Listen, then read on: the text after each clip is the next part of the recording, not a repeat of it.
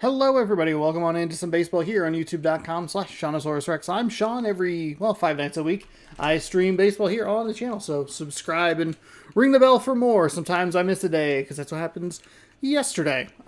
Today, we have May 2nd, 2011. It's the last little day. I didn't have my notepad up for those of you keeping score at home. Why would you put it over there? That's not where I closed it out. Today, we have the final little chunk of series that we had left over from the 3-game weekend set, which goes from Saturday to Monday in this game. The 82-game season truncates it a little funkily. We have the Phillies taking on the Rays, the Dodgers, taking on the Twins. Astros are taking on the White Sox, and the Rockies and the Mariners. Probably the best game of the day, record-wise. Both teams with 17 wins, which is tops in MLB. Let's jump in to our first game. We'll head to Tampa Bay, because that's quite loud in my headphones. I was like, you know what? I really need to make sure that this audio works, and I turned it all the way up, apparently. Bang, bang, bang, and I can't turn it down because I'm trying to get this started. Here we go. A lefty, Ted Lilly. A righty, Phil Hughes. I will forget those names almost immediately. Apologies if you were looking for the stream yesterday. It did a Pinot's palette, which is, I can make a post about that. That's my bad, I can at least point out, like, hey, last minute change of plays. I probably should have streamed earlier, but I don't know. It's been weird. Work is fine. I don't want anyone to worry. But it also has been inventory. So the week gets a little weird when it's inventory time. So there's not a lot going on. So I had yesterday off, which I don't typically have, and I'll have Monday off, which I don't typically have.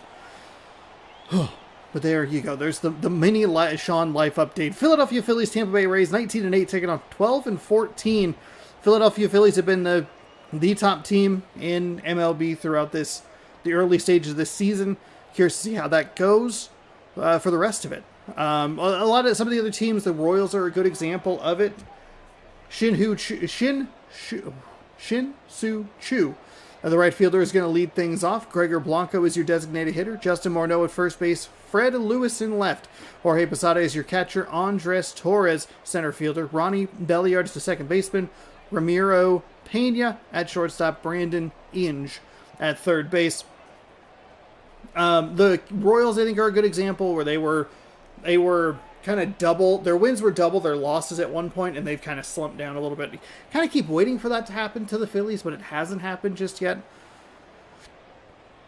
So we'll see. Phil Hughes, the right-handed pitcher, 2-3 with a 5.54 ERA. 5 games with 13 innings pitched, 14-7-10 hits, walks, and strikeouts. So not terrible. Probably like a couple more strikeouts, but I keep saying, like, could you get the grounded into double plays stat? Could that help balance that number a little bit so that the hits and the walks, the base runners that you're giving up, are balanced a little bit more with strikeouts and double plays? Because if you walk a guy and then they're immediately out in the next at bat, no problem. So we'll go top one here. It's because that's how baseball games start, in case you didn't know. Shin Soo Choo is going to put a swing on that to the shortstop, who picks it up cleanly. Fires over to first in a nice lean to get the out. One gone here quickly. Leadoff batters really like going at that first pitch. It typically ends with one out. Sometimes the leadoff hitter will go deep in a count and be able to pick up something, whether it's a hit or a home run. But the first pitches don't seem to work very well. This is a tough lineup to deal with, considering that there are so many left-handed hitters and then a couple of switch hitters behind it. That's a nice pitch that, man, if the batter is looking for it, he could probably turn on. Gets ahead 0-1. Hope everyone's doing well on this Friday evening.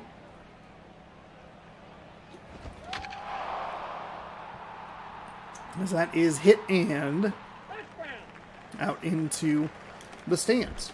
I gotta get my thing set and settled here. Here's the 0-2. That is hit weakly, first base side. First baseman takes a look at it. Catcher, I thought it was going to more be his ball, but he lets first baseman come in, and that is quickly 2 away for this Phillies team. Who I want to say we saw recently, and I think they lost. Where did we see them? We saw Phillies Mariners, I think is the series I was thinking about. And I believe the Phillies lost on a walk-off. I pitch Sales outside. So the Mariners have had a couple of series in a row against two of the better teams, not only in all of Major League Baseball, circa 2011 with a random fantasy draft and a 3-inning game. But they've had the best teams in the NL, as that is dove and missed, so that'll get into left field for a 2-out single. And the Phillies can maybe do some damage. I think they had trouble with the Twins as well. The Phillies had trouble with the Twins. But I think they've still been winning series regardless, so. Fred Lewis stepping in.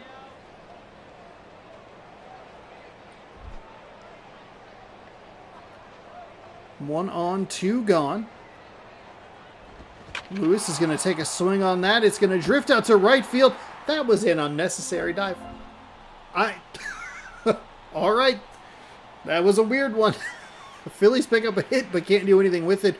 2 first pitch swings and 2 first pitch outs for the Philadelphia Phillies. Franklin Gutierrez will lead things off for the Tampa Bay Rays. He plays center field. Nate Schierholtz, I believe, designated hitter. Jason Worth is in right. Kelly Johnson at second. Mike Morse at first. Chris Johnson at third. Carlos Ruiz is your catcher. Left fielder David Murphy and shortstop Jack Wilson to round things out. 3 true lefties against the lefty pitcher for the Philadelphia Phillies.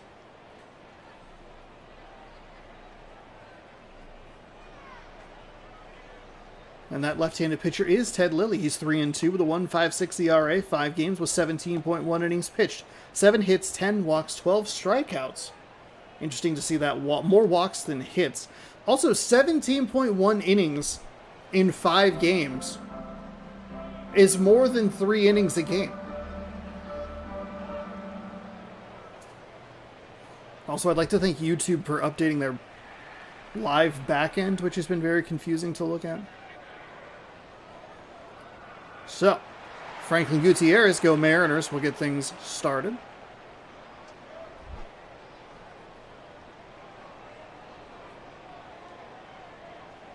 As the lefty winds and fires, that is a first pitch swing. That goes foul. Oh, is this before they fixed that little outfield corner in Tampa Bay? I forget what the story is behind it, but that very left field corner is, I think, lower now. Because somebody crashed into it or something, or it hit the wall for what would have been a walk-off something or other. Rolls over that pitch. Third baseman fires across to first, and that is out. Number 2.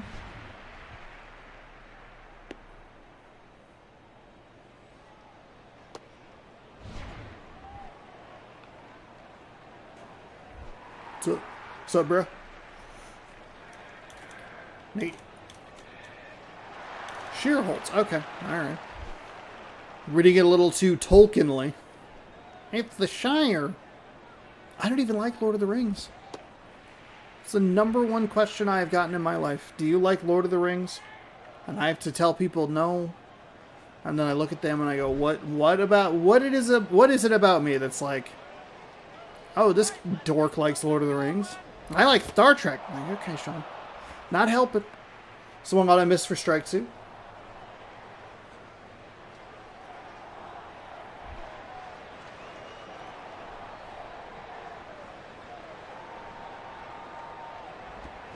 Swung on and missed. That was for strike 1, by the way.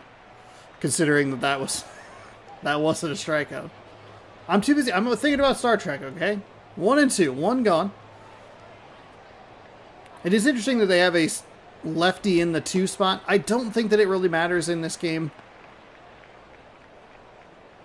There are definitely overall lineup changes, so I think that people pay attention to it, but I don't think it's as focal a point as it is in today's game of playing the matchups. Like when we have a lefty pitcher on the mound and I realize it in MLB The Show 25 or what will be MLB The Show 26, I completely tinker with that lineup to eliminate the lefty-lefty matchups as best I can. I'm excited to have Josh Naylor on the team, as that is hit well foul. But yeah, having Josh Naylor on the team will be fun. I didn't have him on the team last year because he was a trade acquisition.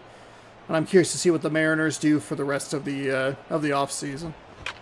That is flared out to right center field. Thought the center or the second baseman might have had a leaping grab shot at it, but didn't go for it.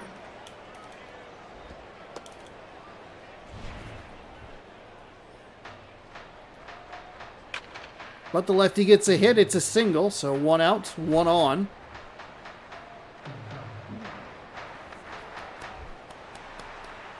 Don't you ever cut me off from the claps game. Come on. Jason Worth.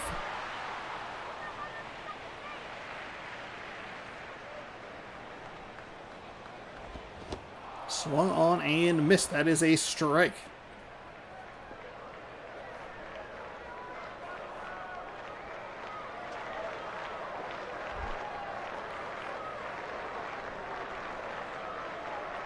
Lefty set. Readies and fires. Worth with a good eye. Takes a pitch low and outside for a ball. 1-1.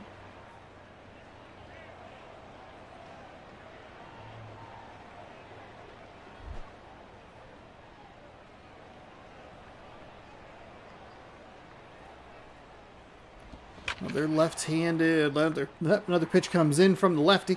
They're going to go first to third. Center fielder. He's safe, but it looked like he might have been out. Throws a little bit better, and they can pick up out number 2 on the base paths, but nice piece of hitting there from Jason Worth to advance the runner to third, and now Tampa Bay 90 feet away from picking up the first run of the game. That is a nice strike at the knees.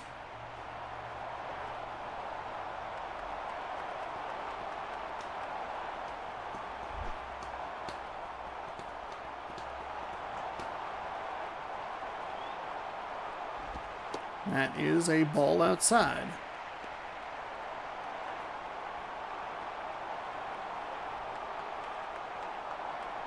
So the first lefty was able to get to this. First lefty batter was able to get to this pitcher. Ooh, he's got the bottom of the zone. He has dotted up a couple of pitches down there. Batter hasn't taken a swing. It's 1-2. 2 on, 1 out. No score here in the bottom of the first. And he'll roll over that to the second, or to the pitcher, excuse me. And that is a double play to end the inning. The runner on third made the smart decision. Broke for home, but then saw that it was going to be fielded by the pitcher. Went back to third. You could see that he was trying to make his way up the baseline, but just could not get there in time. It's nice calm throw from the pitcher back to the second baseman.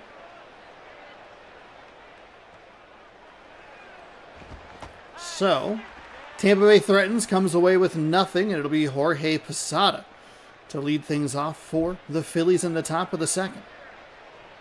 I believe it's 4 straight lefties and then 2 straight switch hitters for the Phillies against this right-handed pitcher. If we could figure out a way to get them against a lefty, that might be kind of an interesting, how does that lineup shift? Because we know it pretty well.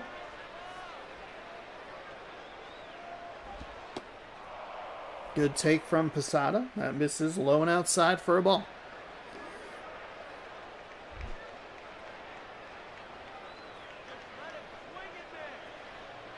Here comes the 1-2.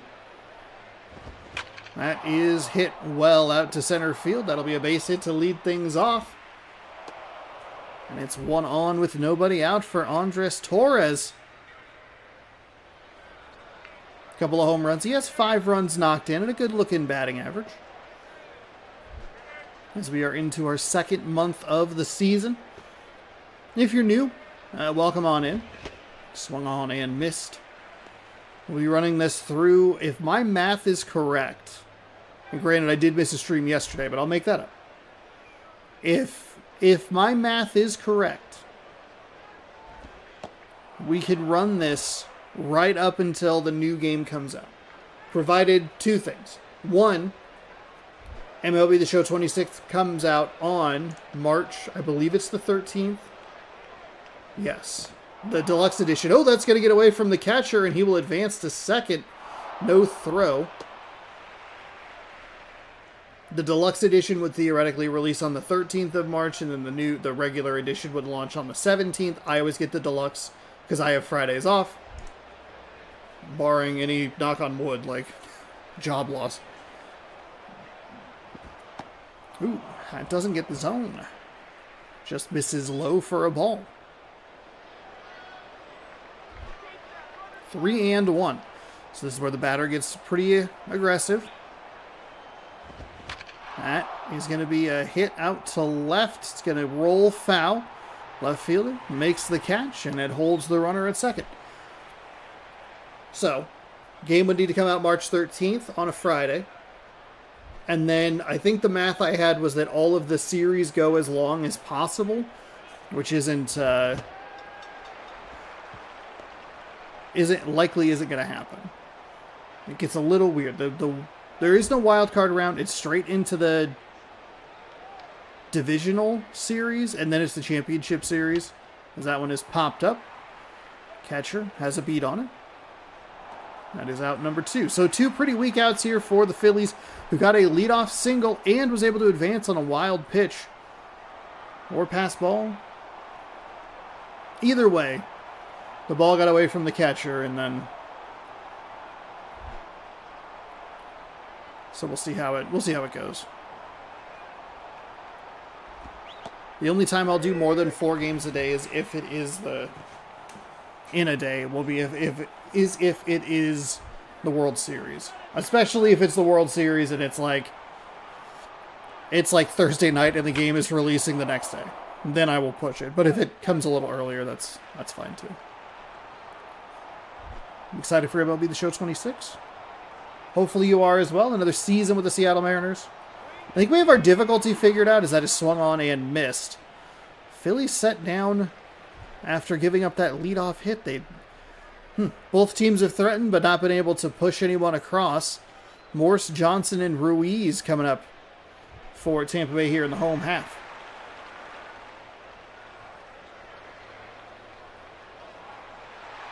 Mike Morse. And I'm sure the MLB The Show will do that dumb thing that they do every single year.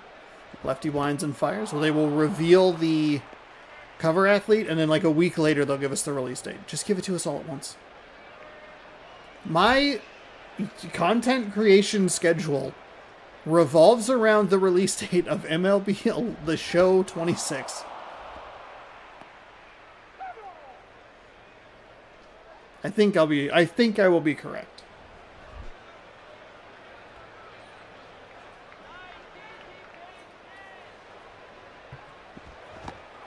That's a big swing and a miss for out number 1. We've seen some nasty breaking balls today. Chris Johnson. And this lefty, you can understand the aggression of that last swing from the Rays hitter just because you look at the way that number 29 has commanded the bottom of the zone. Like, he's been dotting it up, and so you kind of look at it and go, I gotta try and swing at this, right? Yes. I brought my socks. I thought I forgot my socks, but I remembered my socks. That is in for a strike.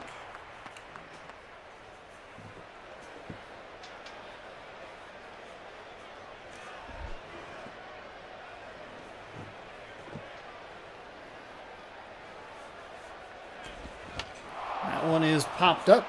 Second baseman moves underneath it, waves off the shortstop, and makes the catch. That is out number 2. So a lot of weak contact in this one. We've had some solid pieces. 2 hits for each side so far. But there's also been a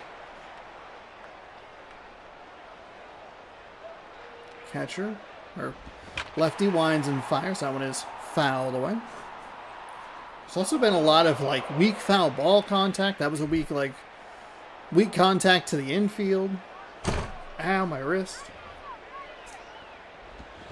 That is hit well out to left field. It's going to get into the corner. He will make the big turn at first. He hustles to second. Oh, he'll turn around. And that was probably a smart call. Good strong throw in from left field. And that'll be a single.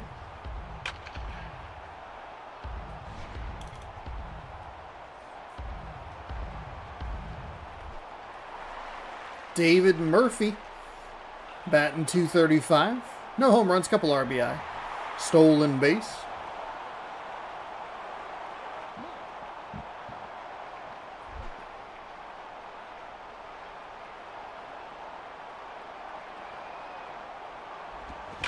And the lefty puts a charge into this one. It is going, it is going, it is gone! A 2-run blast. You worry about those lefty-lefty matchups, and the Rays have been very good with the lefty-lefty matchups. That is a 2-run shot, and that's the time to take a lead. If you're the home team, I know getting runs in the bottom of the first is always good. Not going to argue that. The bottom of the second, and giving them only 3 outs to work with. I'm sure you could say that about like the bottom of the 8th, but it also feels like if it's in the bottom of the 8th in a regular game, you're like, oh, this is just miserable for everyone. It was a 2-run home run, a lefty-lefty matchup with 2 gone. Jack Wilson steps in, go Mariners. And he'll take a strike.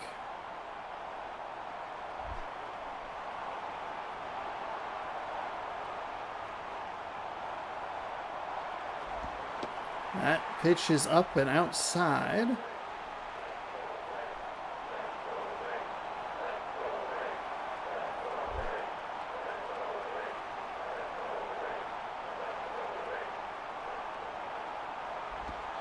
That is in for a strike as well.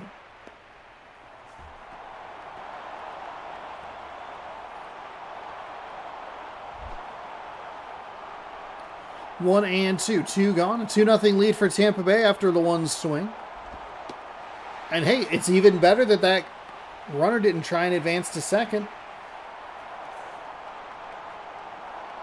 It's what? It's a 2-out single. No reason being out number 3, and you don't give your guy a chance to bring you home with the long ball. Here comes the 2-2.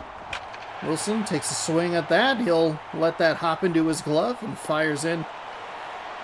That would be 3 straight hits here for the Tampa Bay Rays.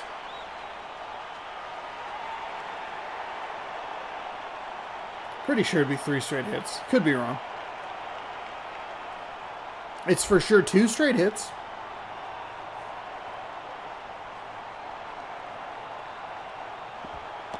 That pitch misses low. He's been toying with that bottom of the zone. He really likes it, and he's been able to get the bottom at the knees throughout this game, but it feels like he has lost a little bit of command. Okay, fine.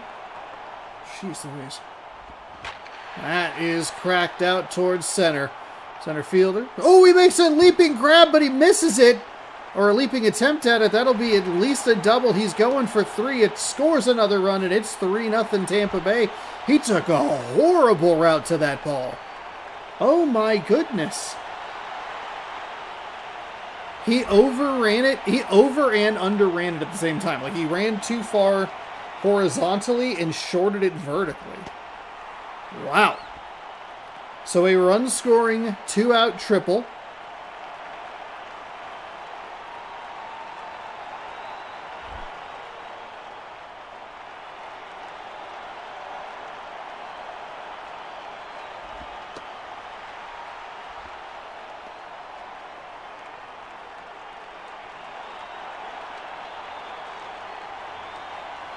Three nothing here. Philly having a lot of trouble just trying to get this 3rd out. That is, that's a nice grab by the 3rd baseman. If that gets down, it's another run, and this inning keeps going. Instead, Tampa Bay scores 3 on 4 hits. Last chance for the Phillies. Inge? Is it Inge? Chu and Blanco. Philadelphia. Inge. Okay, Inge. All right. Righty set and ready. Plenty of runs to work with, so you can be aggressive in the zone, and he just misses on the outside.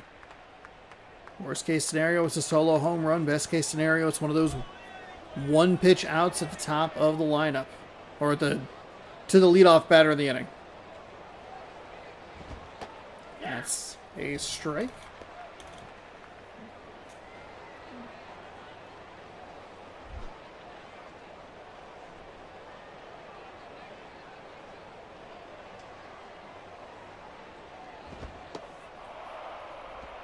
That pitch sails high.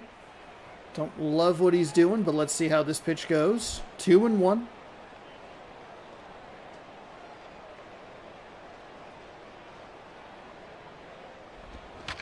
And he fouls that one off. Bails the pitcher out there. Catcher was reaching real low for that one. It'll be a 2-2 count here.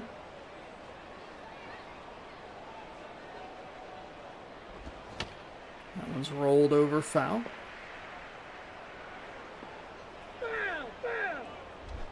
Okay. Shakes the catcher off. Readies and fires. That one misses, so the count is full.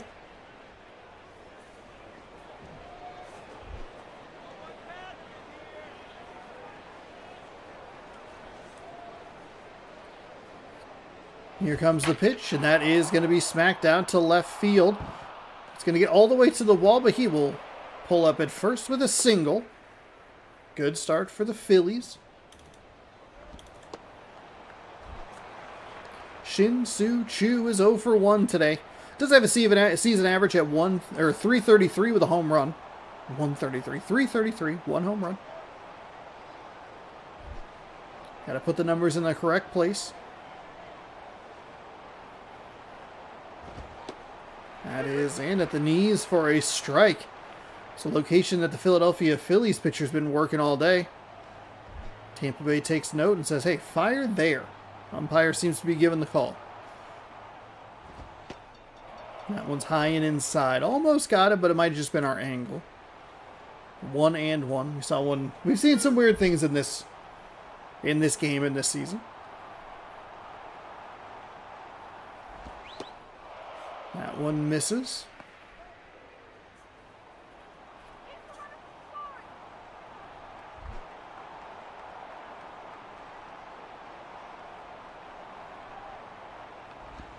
That is hit. Second baseman scoops and fires. There turns to go to first, but it is late. It's safe. It was going to be a tough turn for the double play there because he needs to make a 180-degree spin.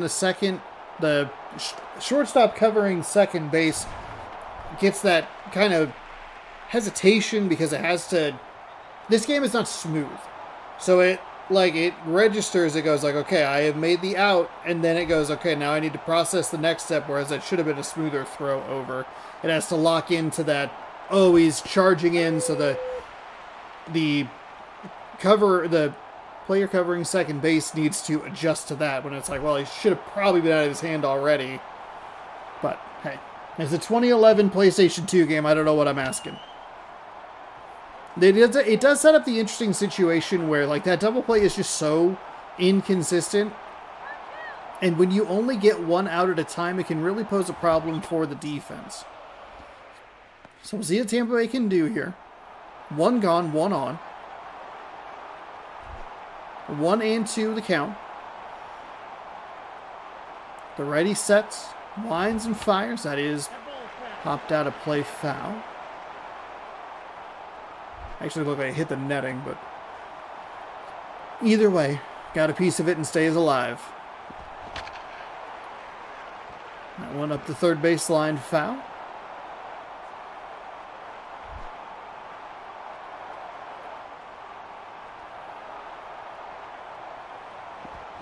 That one thought about it, appeal down to third. Unnecessary drama. He says he didn't go. We don't see a lot of failed check swings in this game.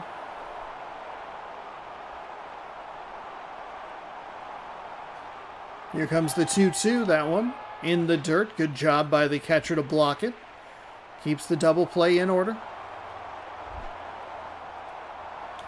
Count is full. That one is inside. So, tying run now at the dish. And this is where this lineup for the Phillies is so tricky. It's that second time through. It's just lefty after lefty after lefty. And then I think it's another lefty and then switch hitter. Switch hitter. So you're not really getting a break here.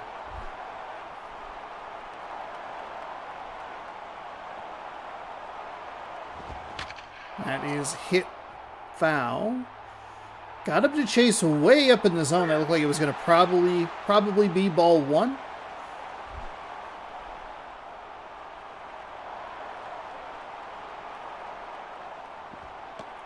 That's a strike at the knees on that outside corner. Maybe a little bit of a beneficial call either way. Makes it 0-2. Oh, and he plunked him. Bases are loaded with just one gone. Oh, no. The righty tried to play inside, but it got him in the hip. So now the go-ahead runner is Fred Lewis. Good look at average and 9 RBI.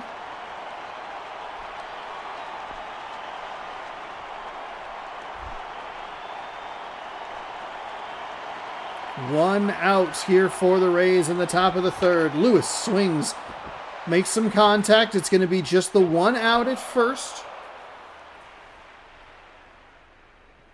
That's 2 gone. If they can just keep this in the infield, they can escape with a win. It's a really nice play at first.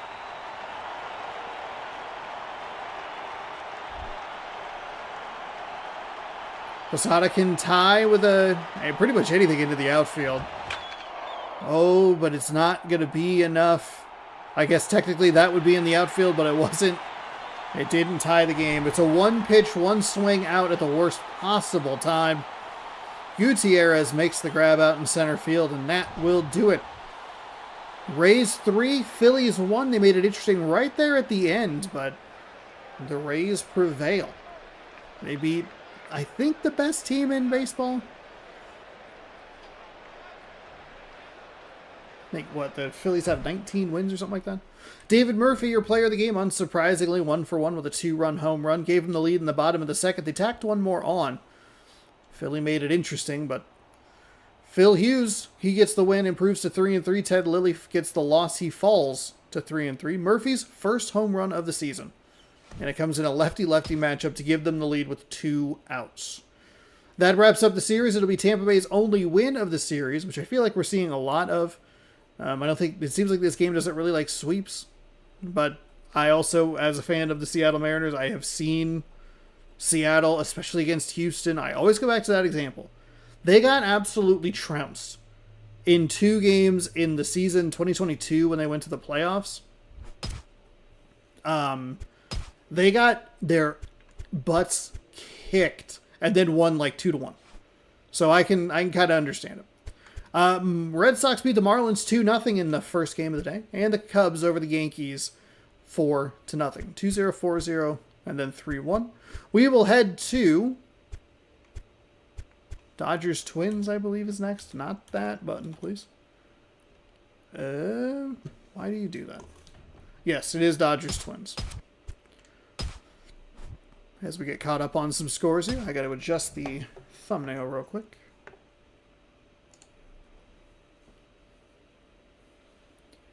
The show 2 games, Tampa Bay didn't even score. The other 2 games, Tampa Bay didn't even score. Yeah, that checks out. that makes sense. Adjust. Where is that? Ah, there it is. Now it's in a weird spot. Thanks for redesigning for no reason on the back end. Let's see. May 2nd. Game number 2. It's in Minnesota. Welcome to Minnesota. I like when that was up in the corner. Why did you need to put that down there? 11-16 Dodgers taking on the 14-13 Twins. If the Dodgers continue at this pace, we won't have a lot of their games after the All-Star break, which is in the middle of the month. I believe it's December 28th. For us on the channel will be the All-Star break. And then we'll start cutting some of the real bad teams down. Not 5 inning. In MLB 2K5 3-inning legend Juan Pierre is a designated hitter. He leads off for Los Angeles. Carlos Beltran in center is next. Ryan Braun's the left fielder. Adam Dunn at first base. Michael Stanton, right fielder. Ryan Dumas is at catcher. Wilson Betabit at third. Gordon Beckham at second. And Cliff Pennington, I assume Chad Penning's long-distant relative, the shortstop.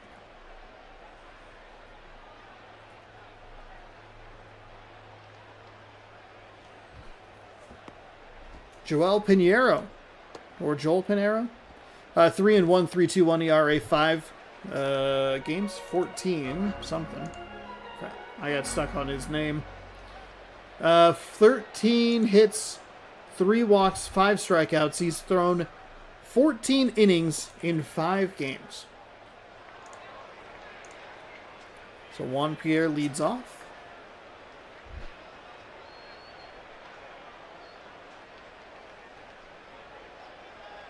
I'm hoping that there are some interesting matchups going for playoff implications later, but that obviously is later and not for us to worry about right now, as Pierre, he gets a hold of that one, puts it into center for a single. What did I say during the last game? Usually when they hit the first pitch, they don't really do all that well. All right, Juan Pierre.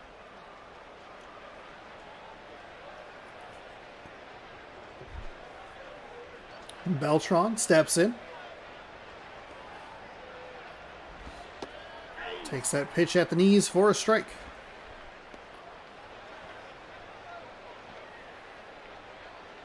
Also, hello to the fine folks in the chat.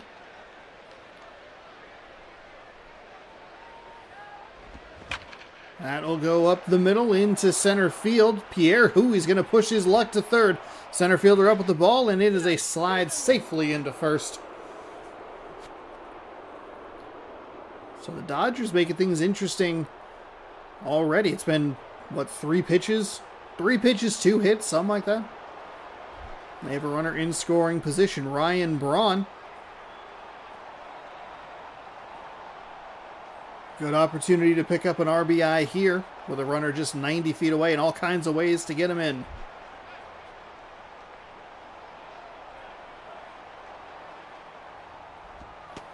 That is in for a strike. Okay. I mean, I think if Braun is looking for that pitch, he can do something with it. So a good, dangerous pitch. Oof. Boy, that hit killed the frames, and it's foul up the third baseline. That makes it 0-2.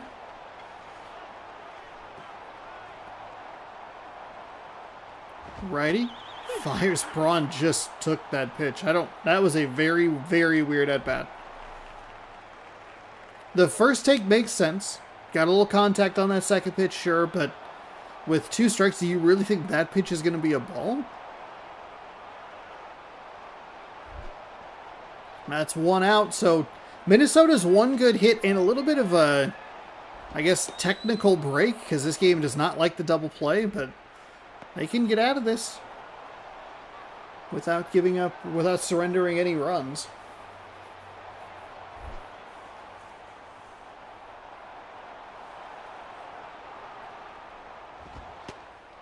That one's low.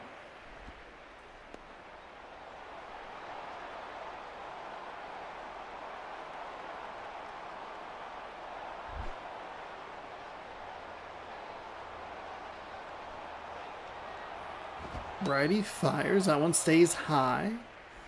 It's a ball.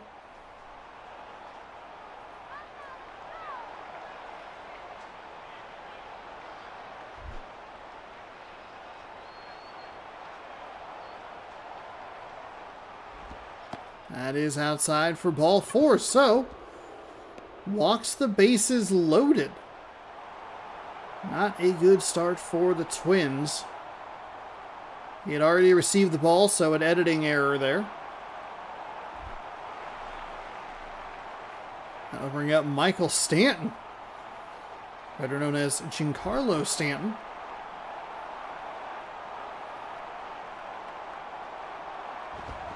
That is hit out to right field. It'll score one. They'll send him around third, and they'll send him around second.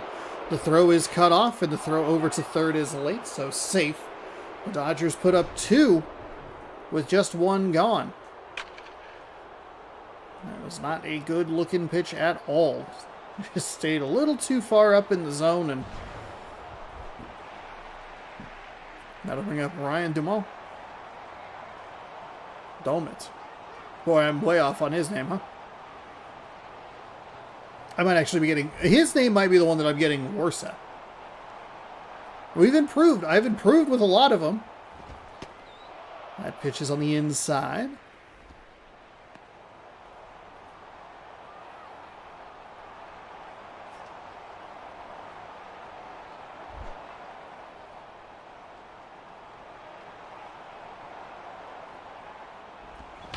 That is foul up the third base line.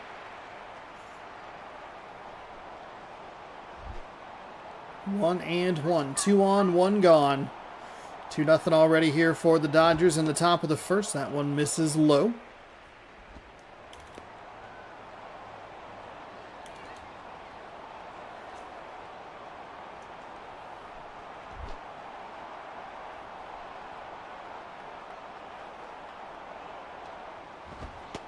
And who gets the strike on the inside corner?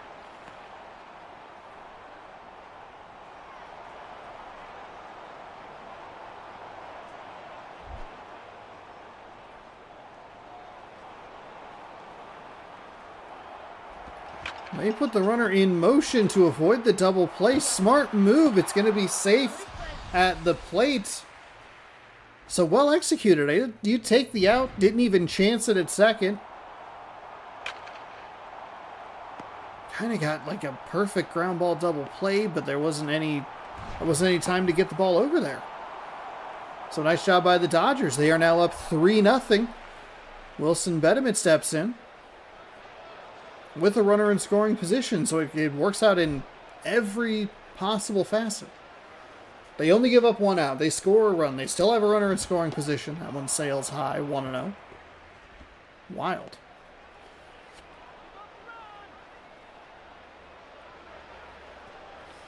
The NL West is an interesting division because the Rockies have kind of like, and this is the weirdest thing in the world to say, that is crushed out to center field. It is gone. No, off the top of the wall. I apologize. I kind of assumed with the way that the center fielder looked like he kind of gave up on that pitch. 4-0 Dodgers here in the opening frame. But the Rockies are running away with the division in the West. And the Phillies are kind of running away with things over in the East. So there's going to be like a really good second place team that's probably going to hold that wild card spot for the vast majority of the season, I'd assume. It just feels like it's going to be really difficult for some of these teams like the Dodgers or even the New York Mets, if you want to go NL East, to try and make a comeback. They're going to need some series against some opponents ahead of them and win those series to try and help themselves out. Something we'll have to keep an eye on as we work through our 82-game season. Dodgers 4, Twins nothing. There's a hit. First baseman snags it, and almost safe, but out at first. Up by about a step and a half or so. But that'll do it. 4 runs, 4 hits. Fowler, well, I haven't told you the lineup yet, so spoilers. Speaking of the Colorado Rockies. Dexter Fowler, the switch-hitting center fielder, is going to lead things off, followed by Yunel Escobar at short, Kendry Morales at first, Marcus Thames. In left field, Lance Berkman in right, Chase Utley at second, Yadier Molina, the catcher, Melvin Mora at third, Roger Bernardina, the designated hitter for the Twins. They already have a steep hill to climb. You don't have to get it all back in 1 inning. I think you'd probably need to get 1 or 2 runs probably and a shutdown inning from your pitcher. It's kind of interesting to think about it in terms of, like, how important is it to get that shutdown inning? Ooh, chasing? Joelie's chasing? I'm not sure. 1-4 with a 4.85 ERA. 13 innings in 5 games, 16-4-12. And that's... No, it's 20-12. Never mind. Because, like, right now, it would be, like, imperative. But if you can get a run, it kind of is like, okay, pretty important. If you can get 2, it's like, hey, it'd be really helpful. If you get 3, it's like, we can give up 1 and still feel like we might be okay. But let's see what this Minnesota Twins offense can do. That is swung on and missed.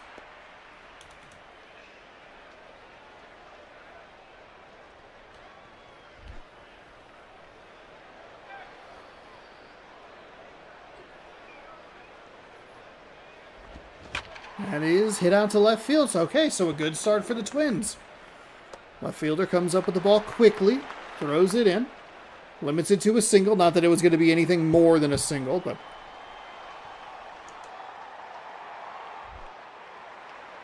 That's a bad thing to do with my hurt finger. Ouch. Yunel Escobar steps in.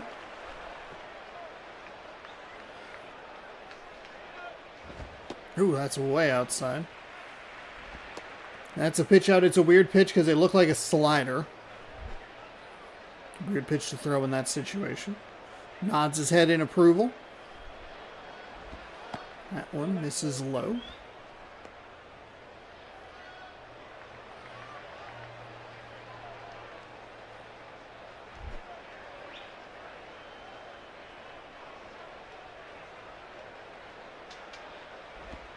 That one's outside for a ball.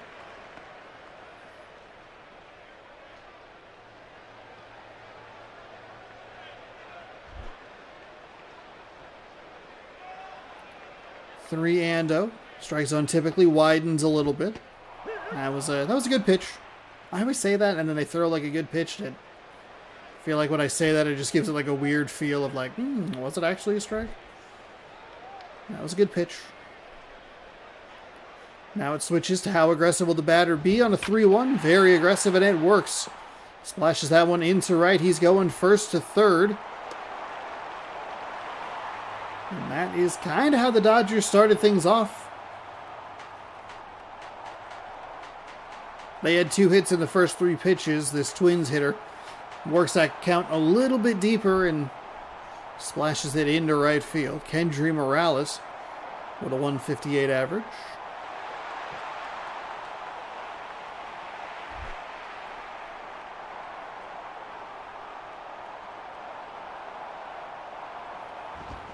He'll take a big swing at that and miss. 0-1.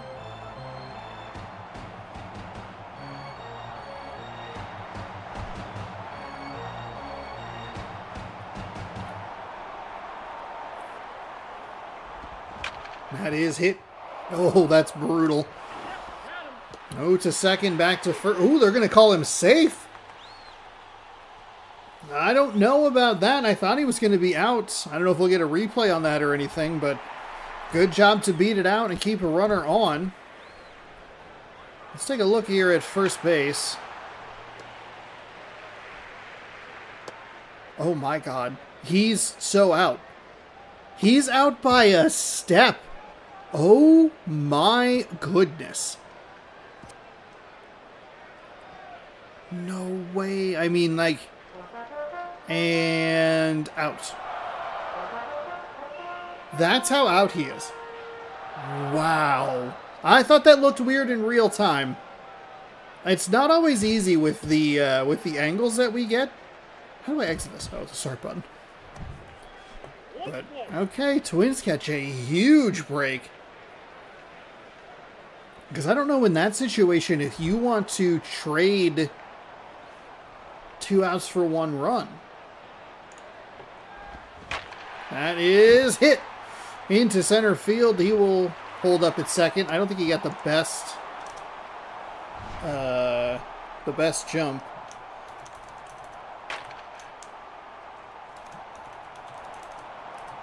Twins safe. Let's see, it's May 2nd. Where are we? Probably the 52? Keep writing down a bunch of like, oh, clip this, and then I don't ever do it. But that's okay. What if I become a coffee shop guy? Saturdays, I just take my laptop, I go sit at a little coffee shop, I get an Italian soda, or what people call a dirty soda, I guess is kind of like the current vernacular. Which I think actually might be a little bit better, because the difference between like an Italian soda and the dirty soda, from what I can tell, is the amount of cream that they put in there. Which is helpful on the dirty soda side because it's far less, which makes the flavor better. Anyway, I can just go and I can edit little shorts. I just sit there on a Saturday morning. And the barista will ask me if I'm writing a screenplay, and I'll say, no! I'm making shorts. I'm an influencer. It's like, oh. What are you influencing people? I'm influencing them to buy PlayStation 2 copies of MLB The Show 11. What are you doing? 2-2, 1 gone, 4-1. Los Angeles ahead. Big swing and a miss there. So that should end the inning. That should be it. I was going to say, if they were to ground into a double play, it wouldn't have been any extra pitches or anything like that. So now it gets interesting. So let's see, how many extra pitches do they have to throw? It's going to be like 1. Okay, it'll be at least 2. That's outside low for a ball. 1-0.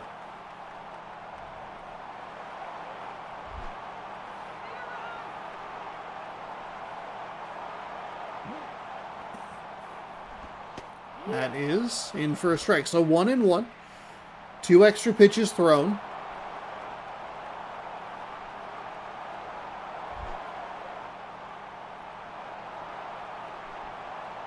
I love playing the what-if game. My mom hates it, but I love it.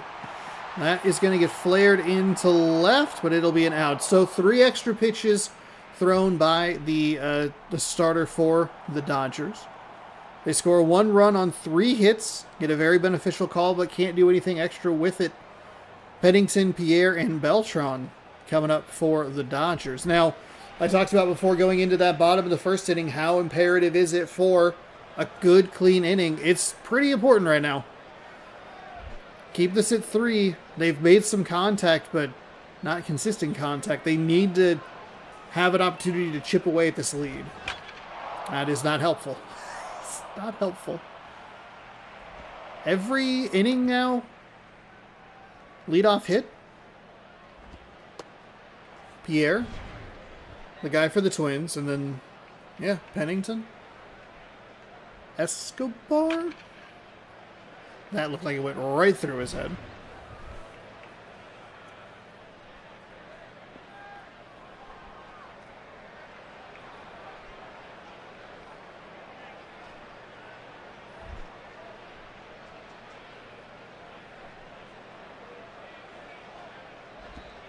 That one in the dirt, but blocked nicely by the catcher. It'll be 1-0 as the runner gets back to first.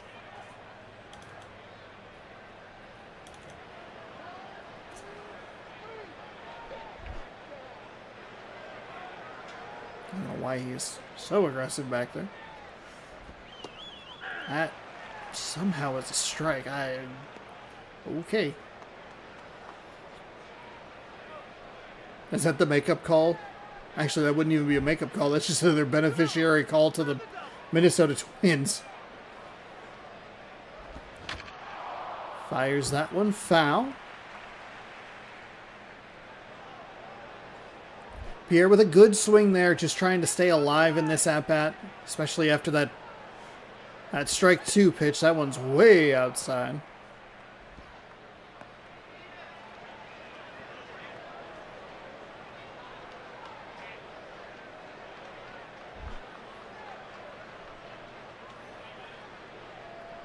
Two and two. Righty fires that one Fouled off. Pierre really has to defend that outside part of the zone. They got such a bizarre strike call.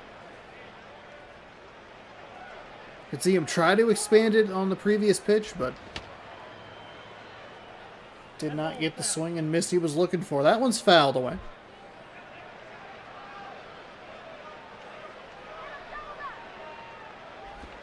That one is fair. That's a fair ball. Left fielder's going to come in. He might have a chance at the guy at third. No. It took him a long time to get that ball out of his hand. That was... when you're looking at it in real time, like in hindsight, obviously everything's 2020. It's like he was never going to get there. I didn't realize he was going to take about 15 extra steps to get the ball into his glove and then throw it. So Beltran's 1 for 1. And just like the top of the first inning, the Dodgers get 2 hits. And just like the bottom of the first inning, it's a single. And then a single that advances the runner to third. 1-0. The interesting thing is that we've seen this Twins as he is out at second. We've seen this Twins offense be explosive. They were explosive against Philadelphia, where they scored 8. So I wouldn't necessarily count them out. I'm a little surprised that he was... What? I mean, it must have got him right before he got there. Because this one looked weird too. I think it's because, and this is like just another thing where this game just isn't smooth. Like he catches the ball, and then it has to like kind of like go, okay, now we're going to tag. I guess it's a little smoother. Where did he get tagged?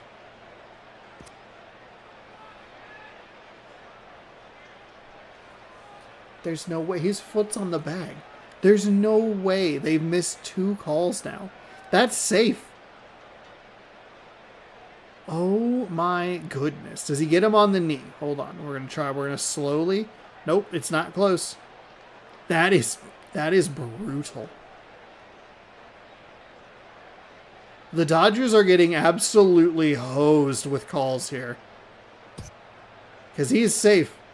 He never touches him. Oh, boy.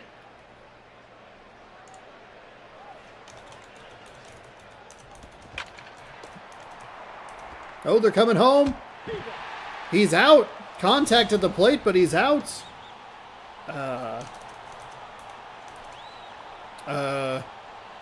Wait, what happened to Morales? What?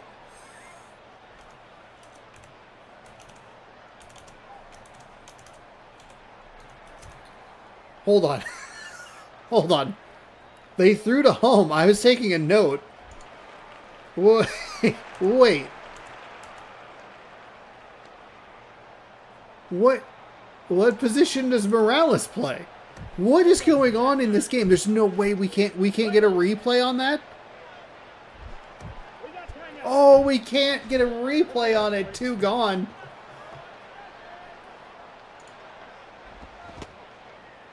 So the catcher takes the brunt, and then Morales out near second is just injured.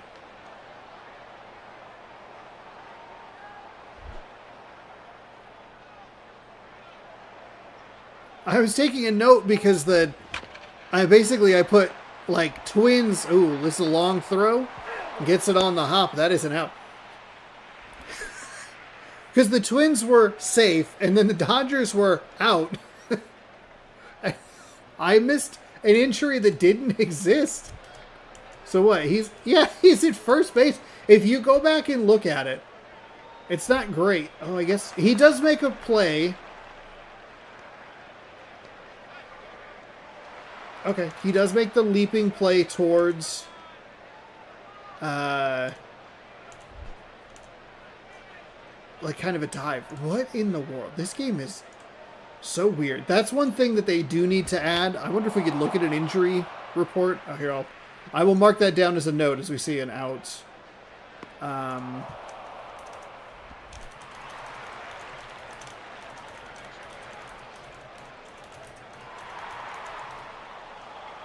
REPORT.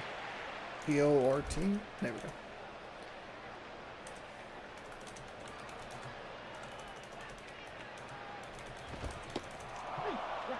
Bradford game. Okay, so I have that written down. What a bizarre game. Okay, we'll take a look at the Minnesota Twins injury report after this, if we can, and we'll see how long he's out, because he did make that diving play, as that is a bunt foul. And the Twins immediately out, by the way. 0-2, 1 gone.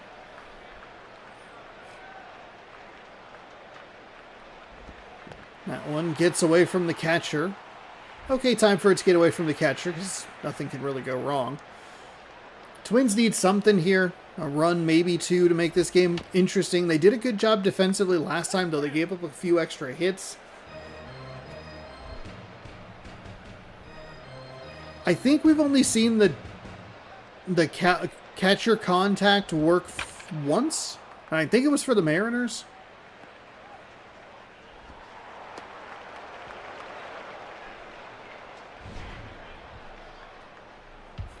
I love when it only loads one logo. Spun around but missed it just out of his wingspan. Okay, so a good start here in the bottom of the... Well, a good second at bat for the Twins here in the bottom of the second. 1 on, 1 gone, 4-1.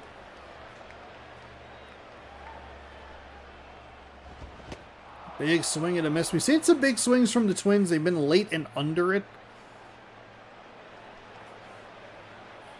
Maybe just some guys trying to be a little too hard to be heroes. Lord knows I've been there. Though I have eliminated the power swing almost entirely from what I do at the plate. If I could just learn how to track pitches, I'd be good. We'll have plenty of spring training. Gabe will be up, I'm guessing, about 2 weeks before MLB the show, or the show 26 will be out about 2 weeks before the start of the season. And I will make sure that I have the most up-to-date rosters I can find. That always ends up being a problem, where I get some comments like, the Boston Red Sox roster's not correct. I'm like, yeah, I'm aware.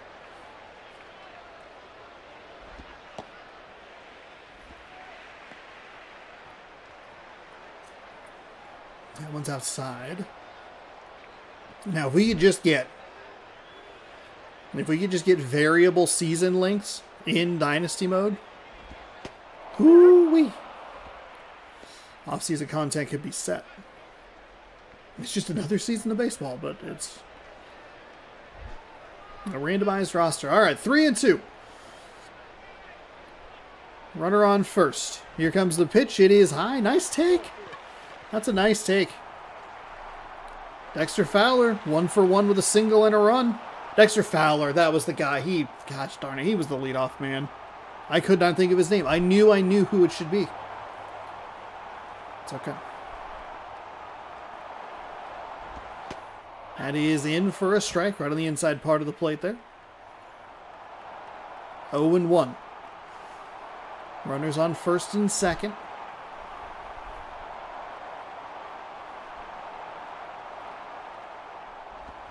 And Fowler is going to punch this to the shortstop. He bobbles it. He's going to go to third. He throws it into the camera well. Runners are going to advance. There was no reason for him to go to third. Oh my goodness. That should have been out number 2 at first base maybe. Oh, instead it's a big swing. That pitch drifted inside. Another big hero swing from the Twins. Wow.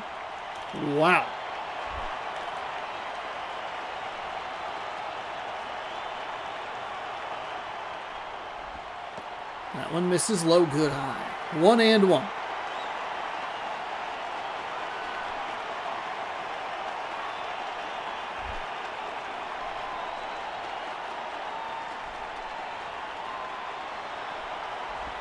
That one's, oh man, off the end of the bat foul. I don't think he's seen a strike, but he swung at 2 pitches, and it makes it 1-2. Lord knows I've been there. No judgment, but still. That one's fouled away.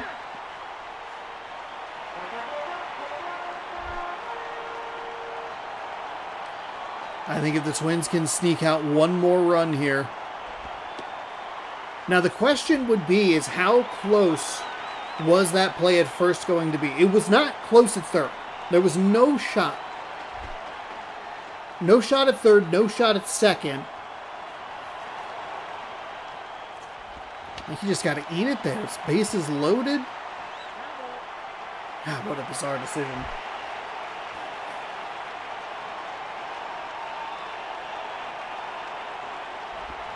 That one is hit out to right, but the right fielder is there to make the catch. That is a great throw in. And not a good jump at third. So out number 2 produces 0 runs, which is a little unfortunate. It was a little too quick. Talk about that exit velocity stat. Like, sometimes it's not the most fun thing in the world, but I think it helps us understand just how quickly it gets out there. Like, oh, that came off the bat at 85 and rolled to a very slow stop in the right field corner or whatever. Very different than something that's 115 off the bat and doesn't give your guy at third an opportunity to get home.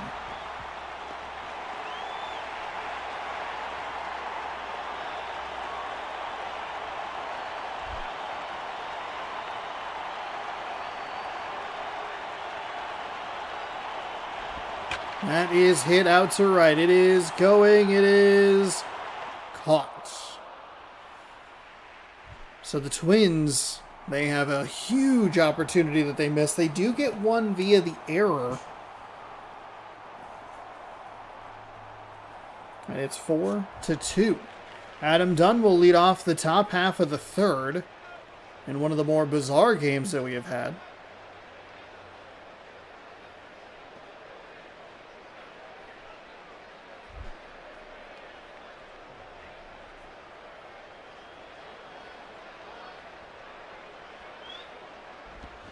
That one lined up the third base side. Rolls into foul territory, but it is a fair ball. It is very slowly going to get to into the corner. He will stop with a stand-up double. I kind of overruns the base, but leadoff double. So Los Angeles has led off with a hit in every one of the innings, but they did not score last time. Michael Stanton, his 1-for-1. He had a single with a couple of runners scoring on that hit. Ooh, ooh, ooh, ooh. Another dangerous pitch from this Twins starter.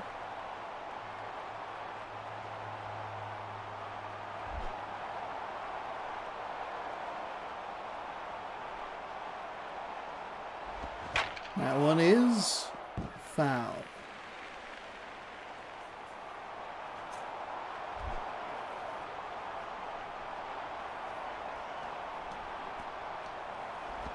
That one, foul again.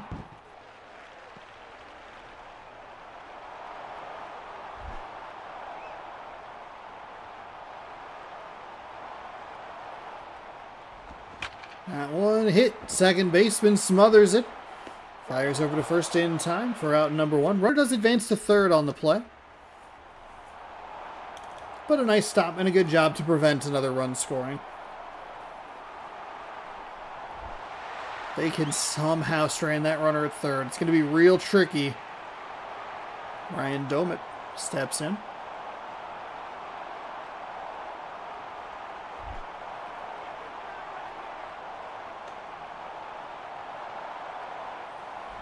The lefty smashes this into the right field corner. It'll be 5-2. Rounds first. Right fielder throws into second. It's a good throw. It is. Not in time. Safe.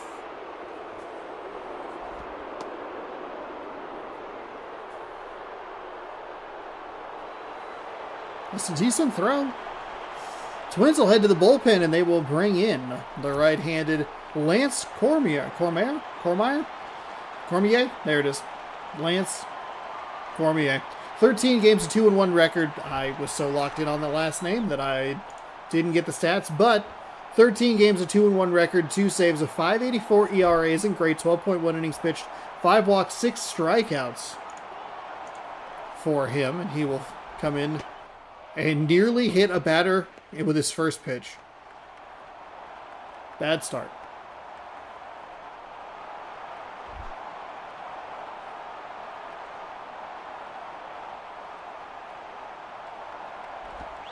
That one misses low.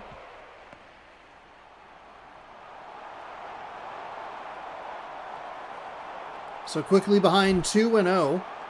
with one gone and a runner in scoring position. That one misses as well. 3-0. Yeesh. Talk about a bad start.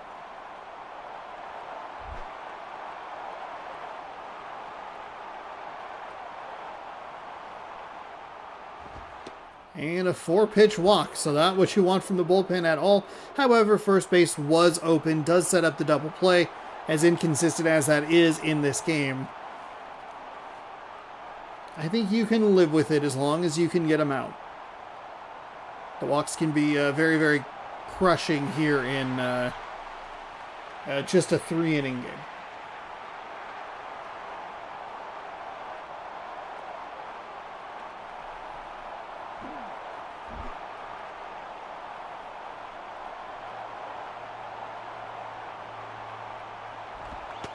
That pitch is low.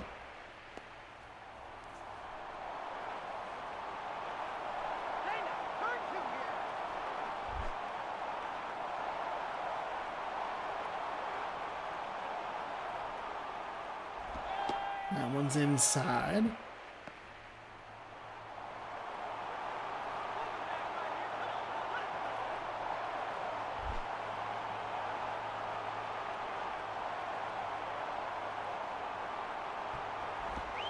That misses low. Okay, bad pitching here. What do we... So it was a 4-pitch walk to the previous batter. It is a 3-0 count. He has thrown 7 pitches and has not thrown a strike. There's a strike. That'll get out to center field. Center fielder makes the grab. Runner will advance from second. But that will be out number 2. Literally the first strike he's thrown since he entered the game. Kind of gross when you really think about it, but hey, sometimes that's just how it goes. Doesn't have a particularly low ERA, so I think that would kind of just... That would tip you off to like, maybe not great. Maybe not a great pitcher. Of course, I'm sure the ERA gets real funky in a small kind of game like this. That will be hit foul up the first base line.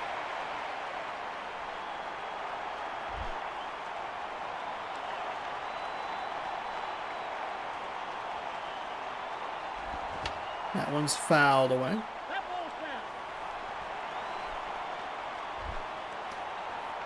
We got some college football championship games happening tomorrow. That one, ooh, that's going to get away. Runner will advance to second, so now 2 in scoring position. Somehow Boise State made the Mountain West Championship, which I just don't understand how. They're 8-4, but the Mountain West must be in a... that one's popped, and that'll be a foul ball. Or an out in foul territory. Runner comes across to score, but it doesn't matter. 5-2.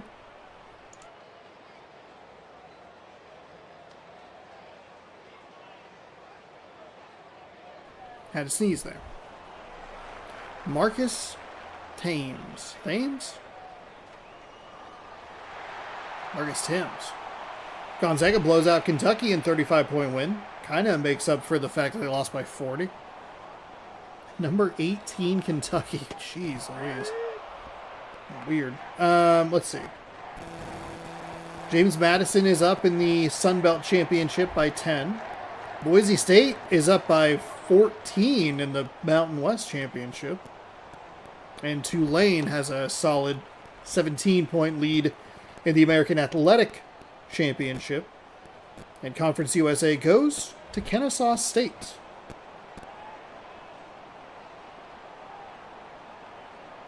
So how is the Mountain West divided then? Now we're going to solve. We've entered mystery solving with Sean.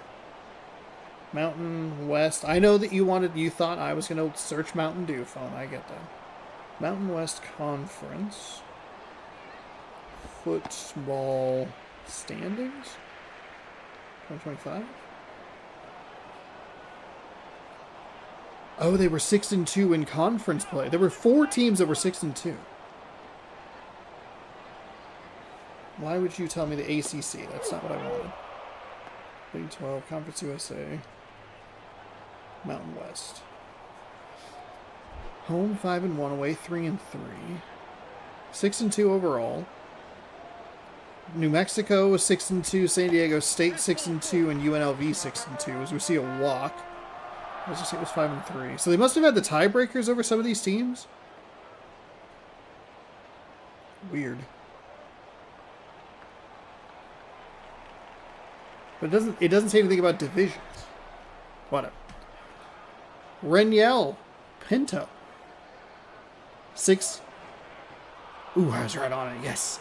6 games, no record. An 8.44 ERA with 1 save. 5.1 innings, 3 walks, 8 strikeouts. I think it's actually flipped. No, it's not. Okay, cool. I was right. Feels good to be right.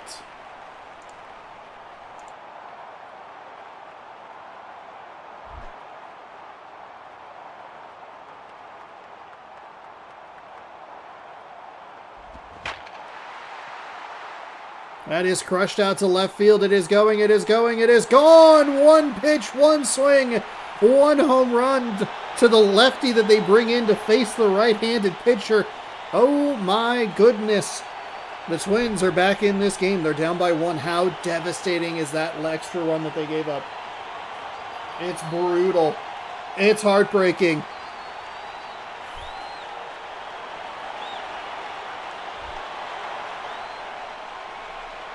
Otherwise, it's a tie game. Chase Utley represents the game-winning run. Instead, he's just the game-tying run. 5-4. There's nobody out.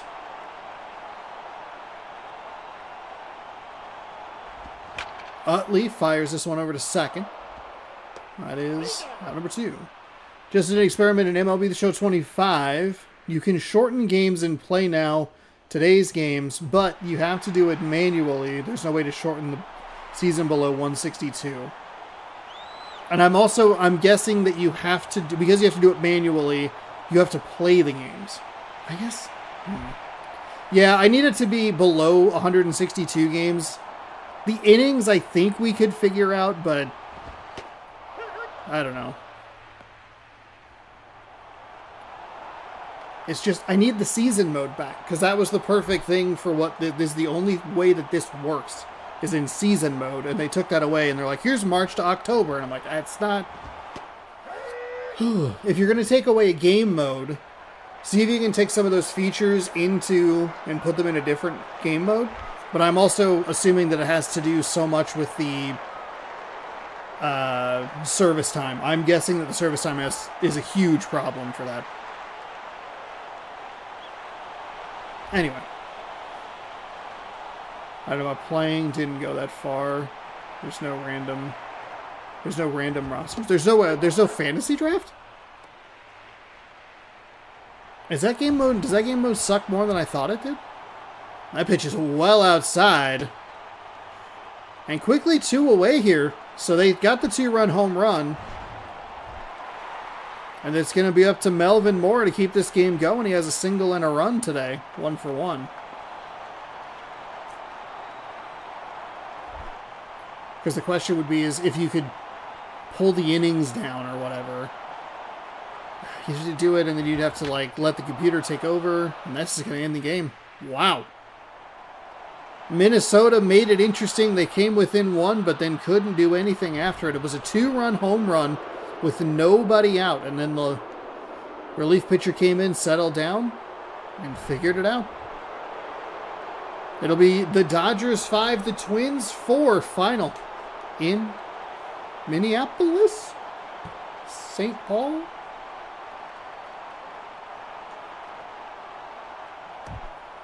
It's definitely Minneapolis. Adam Dunn, your player of the game, 1 for 1 with a double and a walk. Funky player of the game. Minnesota scored in every inning, but it wasn't enough. Chacin, maybe? He gets his 2nd win of the season, 2-4 now.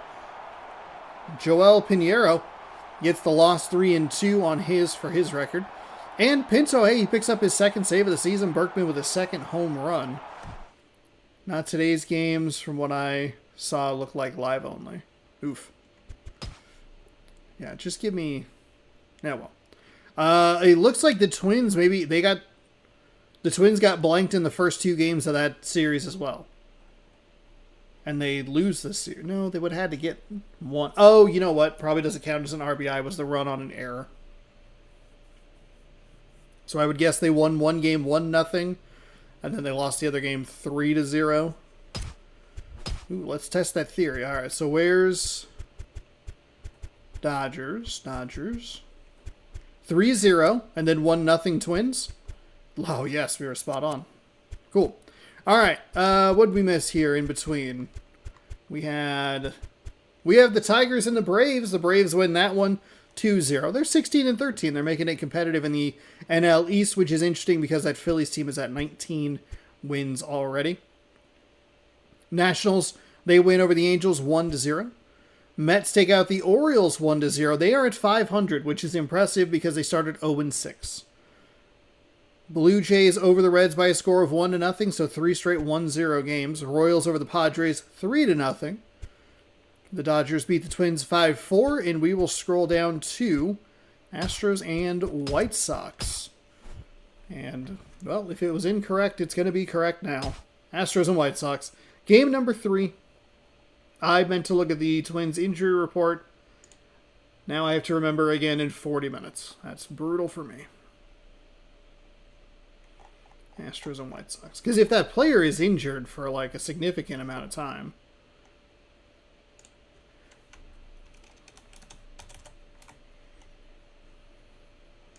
Where's the...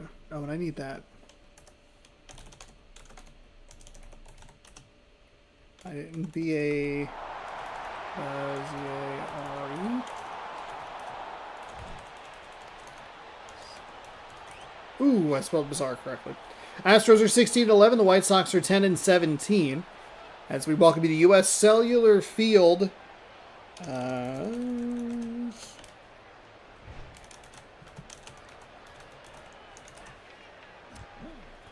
Sean Figgins is going to lead things off, the third baseman for the Houston Astros. He is a switch hitter. Billy Butler at first, Watson, in left. Carlos Quinton. You could call him Carlos Quinton Tarantino. I don't have to, and I probably won't. He's in right fielder. John Hester is the catcher. Omar Infante at second. Marco Scutero at shortstop. Colby Rasmus in center. Pedro Feliz. Feliz? Is it rude to say Feliz Navidad? Pedro Feliz Navidad? That one works for just this month because we're in December. D-I-N-A-L-S-N-A.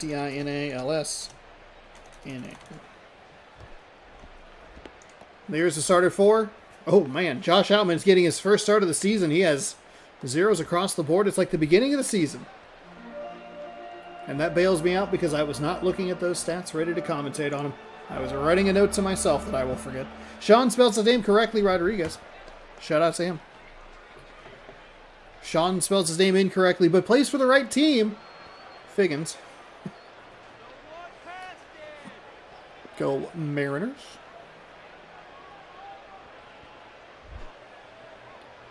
We are ready for game number 3. We'll be in Seattle next. They are taking on the Colorado Rockies. Big swing and a miss on that pitch. Somehow pulled the string on him with the first pitch of the game. Can't even tell you how many times I'm just sitting fastball first pitch of the inning, and then they're like, "Oh, here's a slurve," and I'm like, "God, you are just a piece of garbage there, pitcher, huh?" That one's rolled over third base side, and that is a quick out number 1. So Figgins a little swing happy. 2 pitches, 2 swings, 1 out. Little soft throw in. Still loosening up those shoulders. Billy Butler, 425 average, 15 RBI. As the statistics start to pile up for these players. Oh, I didn't fix the thumbnail. That is in for a strike. I appreciate you looking at that, by the way.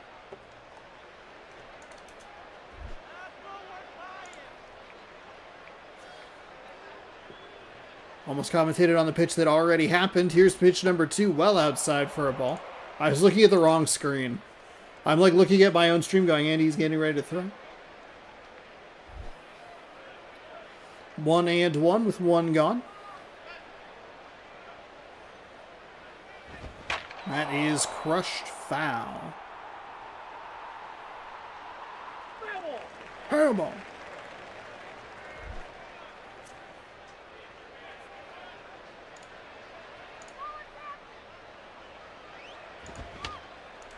That one's fouled away. Count remains 1-2.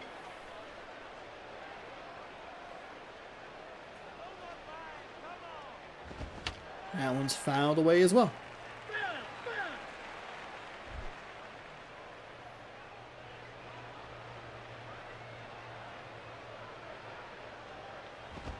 And swung on and missed. So got him in a bit of an auto swing mode there. So we saw a few foul balls in a row. Threw some high cheese at him and he swings under it for strike 3. Matt Watson stepping on in. With 2 gone here in Chicago. So a good start here for this White Sox pitcher making his season debut.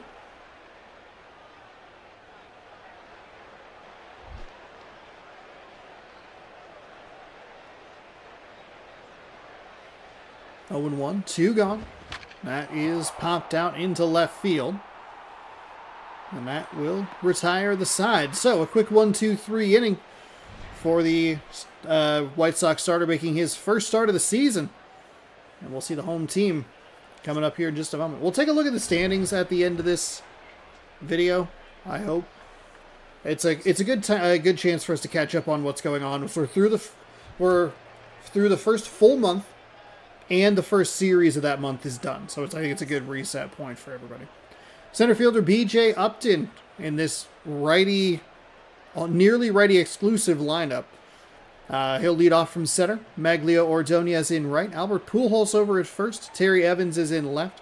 Scott Rowland at third. Yorvit Torrealba is the catcher. Ben Francisco, who should be playing for San Francisco, is the designated hitter. Sean spells his name correctly. Rodriguez over at second. And Jed Lowry, the switch-hitting shortstop, rounds out the lineup.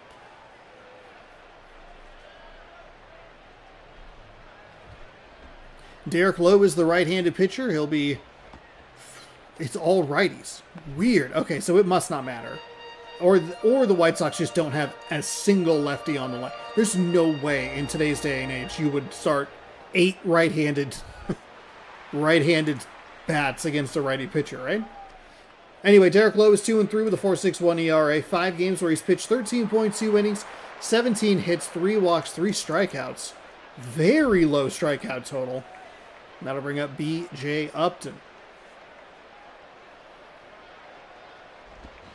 He'll swing and foul that one off up the third base line.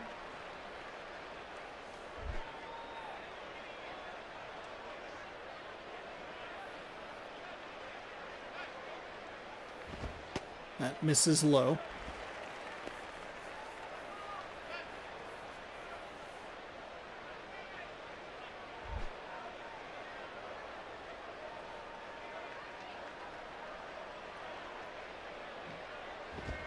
That one stays high.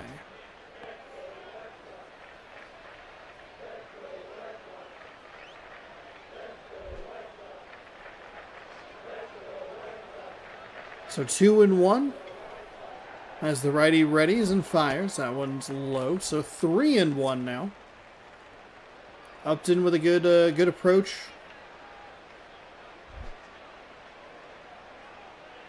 He had the first pitch foul ball, and everything else has been a good take. Ooh, not aggressive in a spot. I thought he would be aggressive in that spot, but takes at the knees, and that is a strike.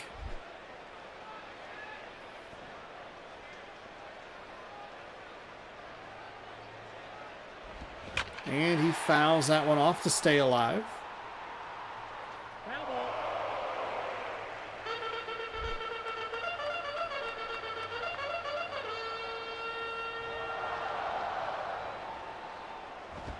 And a swing and a miss. So, that would have been ball 4. I mean, that was very inside.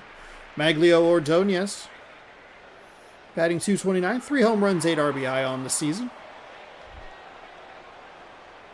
it was a really good at bat for the first 4 pitches, and they just kind of did a good job to at least foul one of them off. I'm surprised that was a strike. But then just got a little swing happy, a little defensive to strike out Ordonez. Looking at an 0-1, it is foul up the first baseline.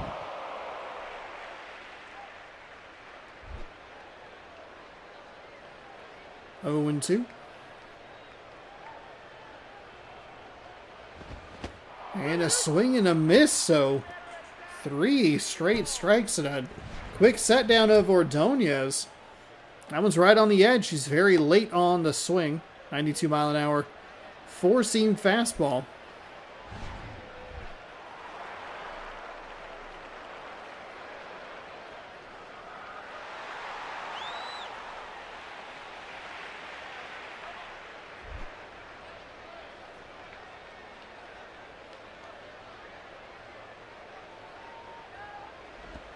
That one is hit to the second baseman.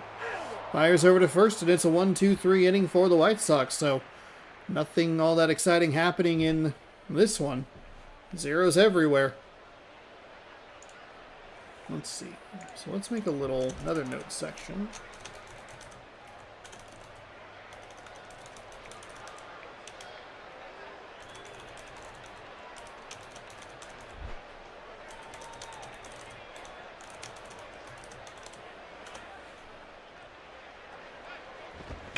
That is hit right to the third baseman, the left fielder, because I was looking at a notepad so briefly. I thought that might get down or, I guess, be caught. Didn't think that the third baseman was going to take care of it, I guess is the way I should say that. But that was very clearly a grounder.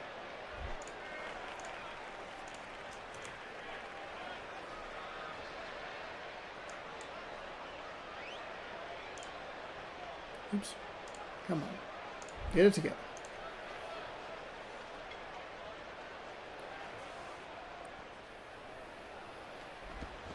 That is hit well out to center, but center fielder reads it well, and that is out number 2. So quickly 2 gone here for the Astros as this pitcher making his very first start, proving to be difficult for the Houston offense. Omar Infante batting .353, has a home run. He's driven in 8.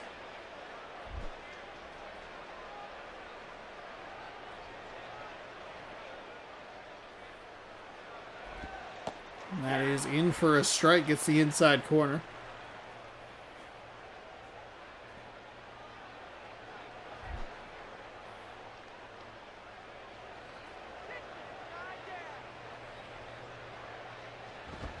That one is popped into foul territory, and that is out number 3. Wow, okay. So very, very quick inning for the Houston Astros. Zeros all over the board. Evans, Roland, and Torrealba coming in for the White Sox. Home half of the second. Terry Evans, .333 with a home with a 1 RBI.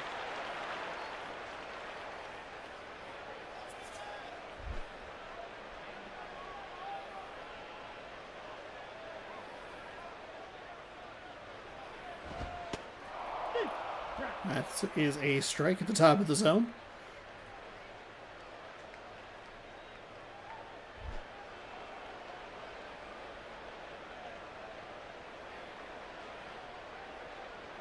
Here comes the 0-1. Swung on and missed. A pitch well inside. Second time we've seen that from a leadoff batter for the White Sox. 0-2.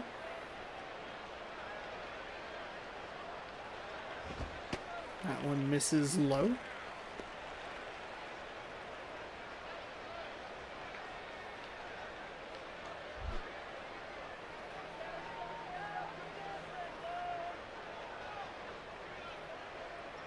Righty fires. That one fouled away.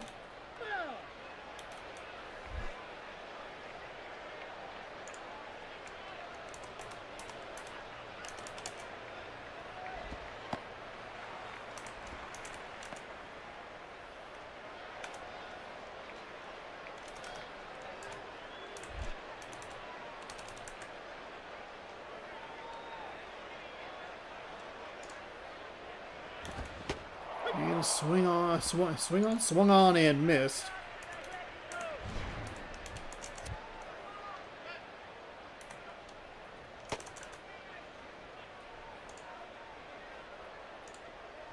Whew, that pitch was out of the zone, like tracker.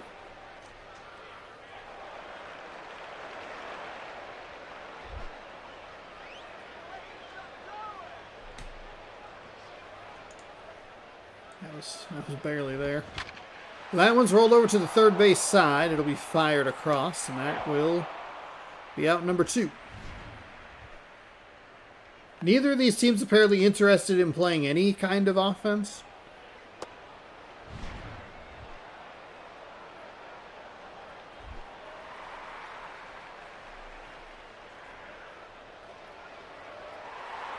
Norvit Torrealba. He'll stand in with 2 gone. We're looking to go hitless on both sides into the 3rd inning. Torrealba takes a strike toward the bottom of the zone.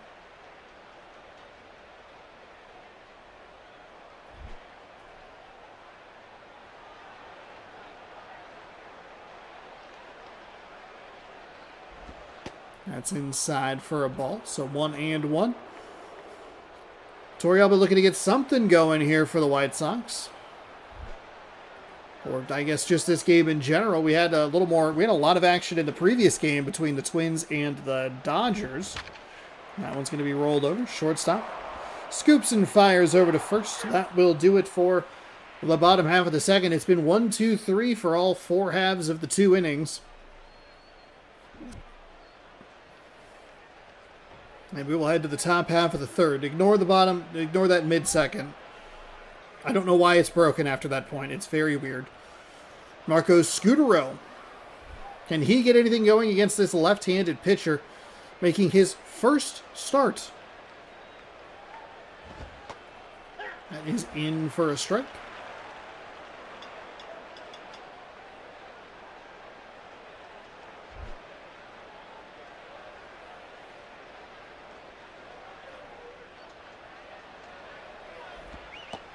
That one's outside.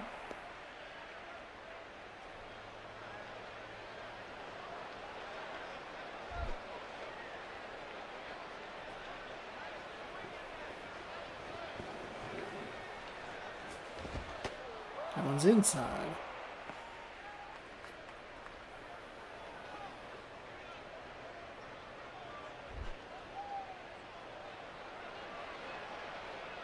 Two and one. Pitcher winds and fires, gets to the bottom of the zone for a strike.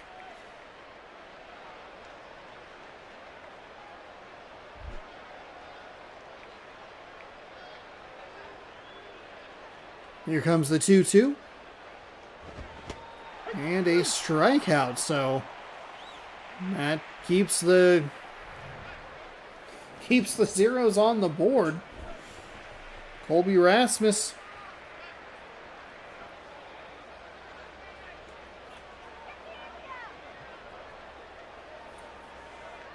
Players only beyond that point, by the way. Just in case you were confused. But can I go down there? Sorry, it's players only.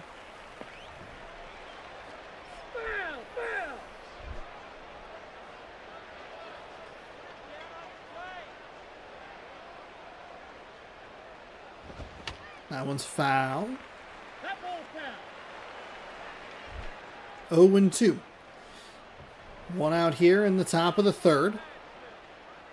Zeros all over the board after a pretty action-packed Twins-Dodgers game. We have just completely flipped the switch. Another strikeout here.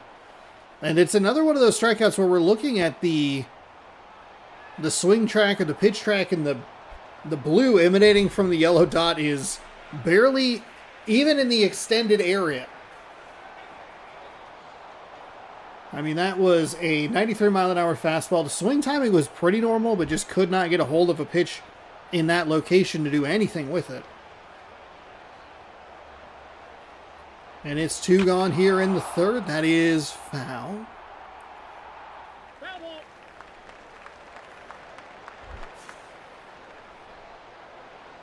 0-1. That one stays high. Ball one. 1-1. It's game number 3 of 4 for those of you just joining us. We'll be heading to Seattle to watch the Rockies take on the Mariners next, and then we will take a look at the standings after that. We need to try and remember to look at the injury report for the Minnesota Twins, as that pitch is low for a ball.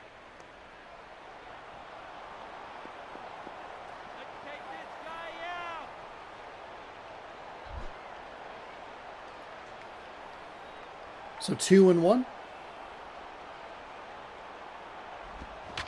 That one hit foul.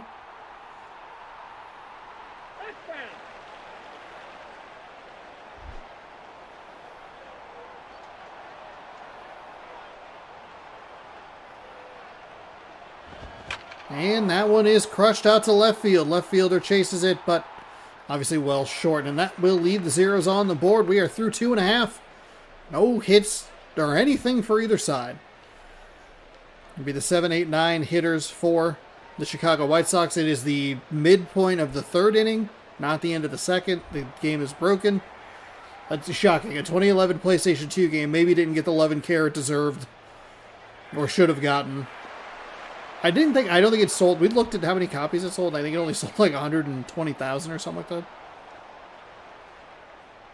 wonder how many they printed.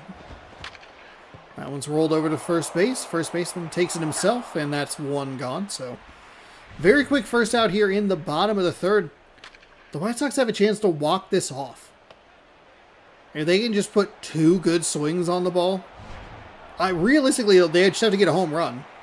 Sean spells his name correctly. Rodriguez has a few RBI. No home runs, though. But if he can get one to be a double, drive him in, it feels like we're going to be here for a while because nobody's doing anything in this game. It's almost like I turned the stamina on the pitchers down for a reason, to avoid this very problem.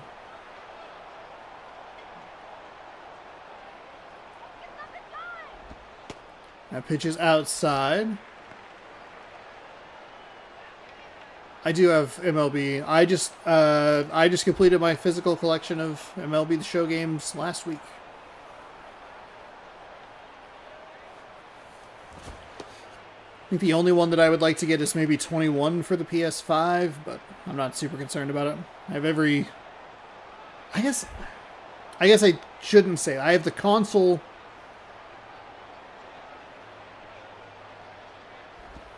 I own a copy of every game, MLB The Show game from 06 to 25 on at least one platform. But there's so many variants of it, it's very weird. The Vita is where the collection stuff gets like real weird. That is a ball on the outside. So, first base runner of the game for either team is a walk low. So, I mean, I have every MLB The Show. I do. Jed Lowry has a 179 average. It would be easier to collect the Xbox versions just because there's so few of them, but like the PlayStation versions have the PSP versions and the PS Vita versions and the PS3 and the PS2 and the PS4 and the PS5.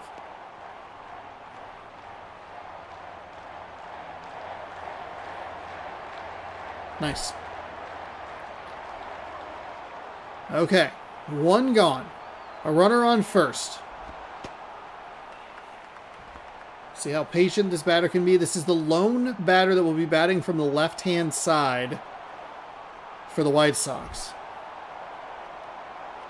Switch hitter. That one's low.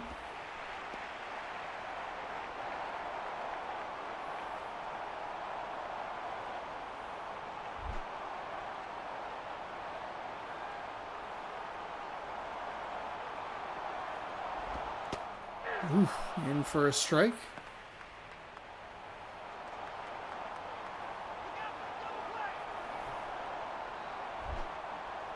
Three and one.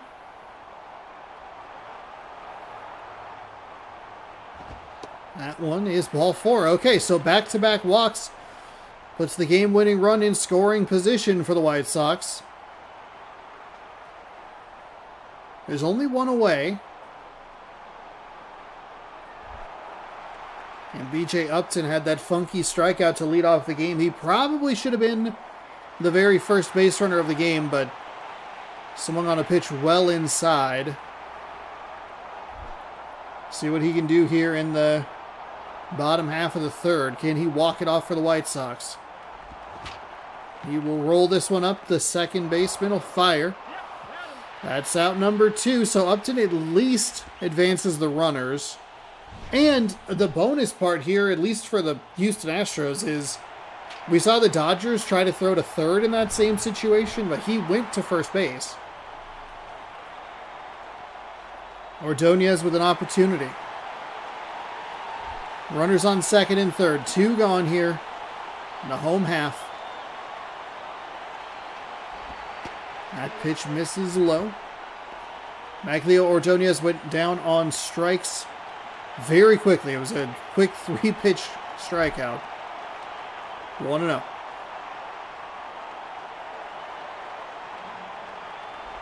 That's well outside.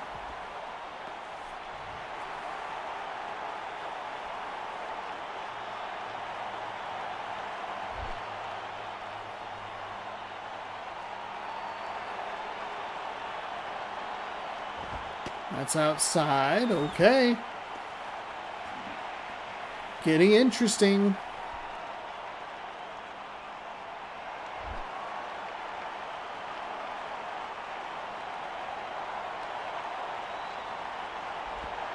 Ordonez takes a walk. Okay. 3 walks in the inning. This is where it starts to get really interesting. I mean, do they go to the bullpen? 3 walks, 3 strikeouts, 37 pitches in 2.2 innings. The zero's where you want them. Hits, runs, earned runs. It's Pujols. How do you pitch this? You're in danger of a walk-off walk.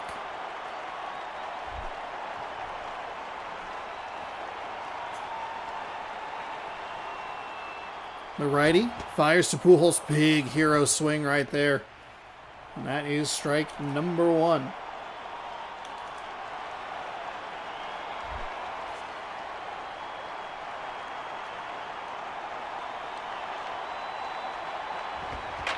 Ooh, Pujols puts a charge into this one into left field. It is going. It is back. It is off the top of the wall. That'll do it. Pujols, the lone hit in the game after 3 walks. That will do it. The Chicago White Sox won. The Houston Astros nothing. Player of the game is Josh Outman. He pitched 3 innings, no hits, 3 strikeouts. And that's his only stat line because it was his first appearance. And he gets his first win of the series. And Derek Lowe falls to 2-4. The walks absolutely killed him. Upton advanced the runners to second and third, but it kind of didn't matter because they were get there anyway with the walk after that. It's the only win that the White Sox are able to get. And they really dominated the series. 14 hits, 9 RBI, 1 home run, a stolen base. ERA almost 7 full runs lower. Okay, let's go here and let's... Whoa. Cancel that. Don't get too wild here. I have all the video footage I think I need to try and get back to where we are, but if I exited without saving, that would have been the end of the stream. I'd be like, well, that'll do it. We'll catch you up tomorrow. All right, let's get a save here. We're going to try and take a look at the Minnesota Twins injury report if we can, just to see what happened to that first baseman.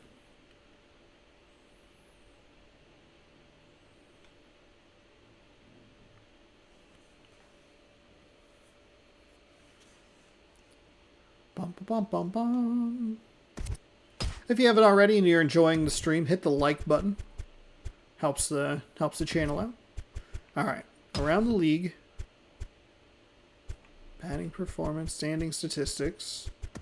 No. Team management. Disabled lists. can't look at anyone. Oh, I can. Twins. Kendry Morales is injured. He's returned. He'll return in 1 to 6 days. Lower back pain.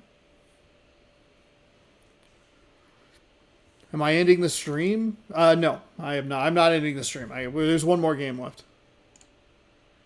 Well, thank you for giving the video a thumbs up. I appreciate it. Yeah, so Kendry Morales exited. Player card is circle. Yeah, first baseman. Wild. Lower back pain. All right. We're not laughing at lower back pain. It's just so weird how this game exists. Because it's even in the new ones where it just didn't make it. It doesn't make any sense. All right, we got to catch up on a couple of games here. Pirates over the Brewers 3-2. Diamondbacks beat the Rangers 1-0. We watched the walk-off from the White Sox. And we will skip down to this Mariners-Rockies game for our fourth and final game of the evening. As I flip. They changed it on the back end. It's really stupid. Wonder how long I'll complain about that.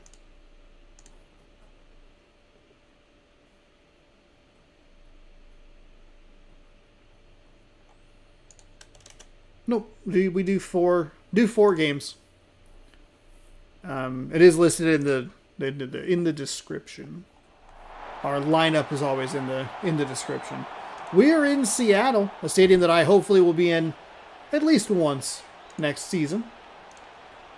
But depending on when bye to Seattle is, maybe we go to 2 games. The Beeb was asking about going to a Everett Aqua Sox game. I had to think about it. So we might try to go to multiple levels of baseball.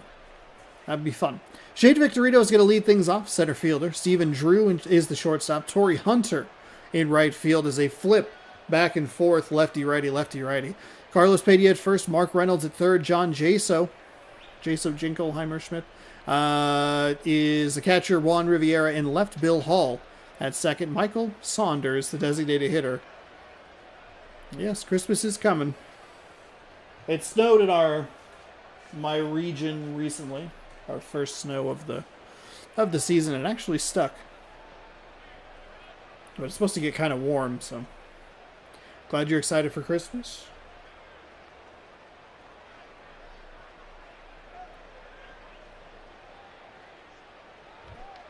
I'm not sure what you mean by that. AJ Burnett, 2-3 with an 8.25 ERA. Yikes. 5 games, 12 innings, 16-5 and 11 hits, walks, and strikeouts. The strikeouts are nice, but the ERA is a little worrisome.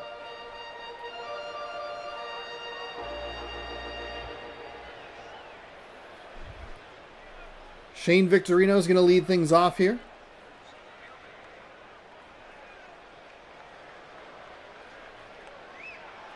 Never snows where I live. I like the snow. That is low for a ball.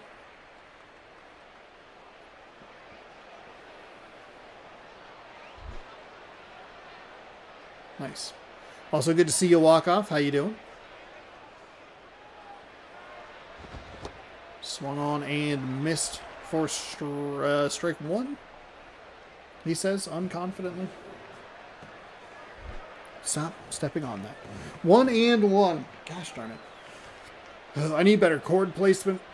Putting it right by my feet, bad idea. That is hit out to right field. That will get things let off with a hit for the Colorado Rockies. Both teams with 17 wins so far this season. Stephen Drew never really gets too hot either. Pretty rare it even reaches 85. Wow. Safe. I think in a given year in my area, we go from, and in a 365-day cycle, we get a couple deep freezes a year, which means that it sits like at 0 and just, it goes between like basically like -4 and like 3 degrees. So we literally in my area could go from in a 365-day year from 0 to 100, which is kind of wild. It's like the 50s in the winter. Wow. 70s in the summer. Damn.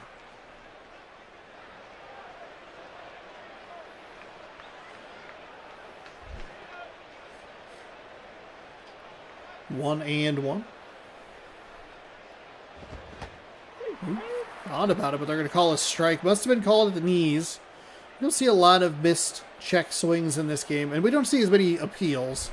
But I do wonder if that has something a little bit more to do with the fact that I have some of the cinematics turned down a little bit.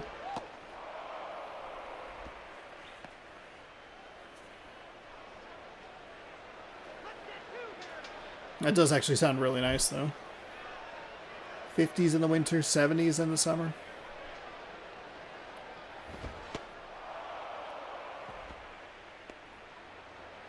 Normal.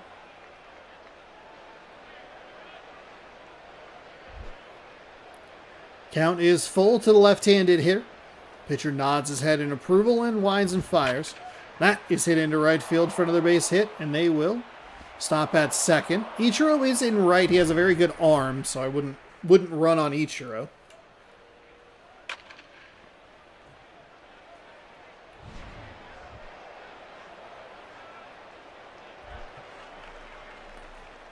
Torrey Hunter.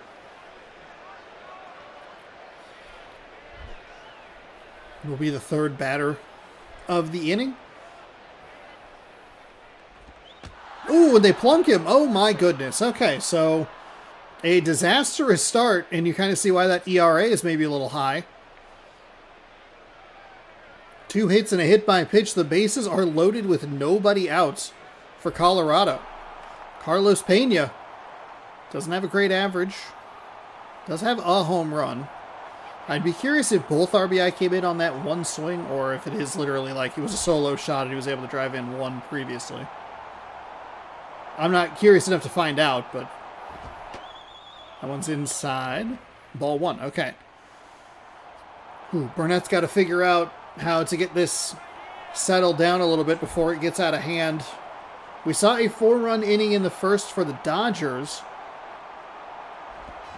That is popped into center field. He'll take a running start at it. Runner will tag at third. The throw is in. The pitcher relays to third base. Okay. The throw was definitely not going to get home.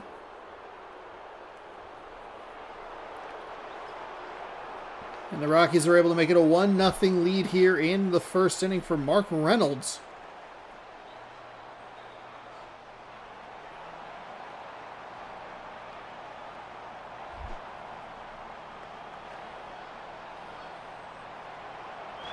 I'll check on the runner at first. Wonder if they'll put the runner in motion here on the next pitch.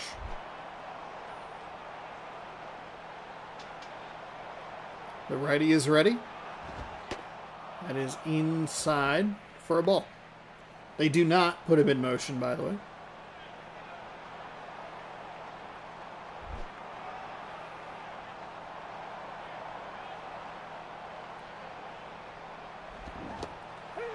They are going to get a strike called, location-wise. That's true. Colorado and Seattle have never won a World Series. But at least Colorado's been to one. Seattle got as close as they have ever. They're going to go with a steal attempt to second. Out. Easily out at second. So that makes this a little more interesting. Same for Tampa Bay, Milwaukee, and San Diego. Yeah. But the Mariners have never even been. They were up by 2 in the bottom of the 8th or whatever it was. Bottom of the 7th. We tried to block that memory out, and it was just an awful, awful pitch. But they brought in Brian Wu, who hadn't pitched well. Or hadn't pitched for a while, and then did not look good against Toronto in that game. And I don't think they should have left him in for the 7th. But whatever. I'm not the manager. Strike in at the bottom of the zone. We'll see what the Mariners do this year. I have high hopes for them, but oof.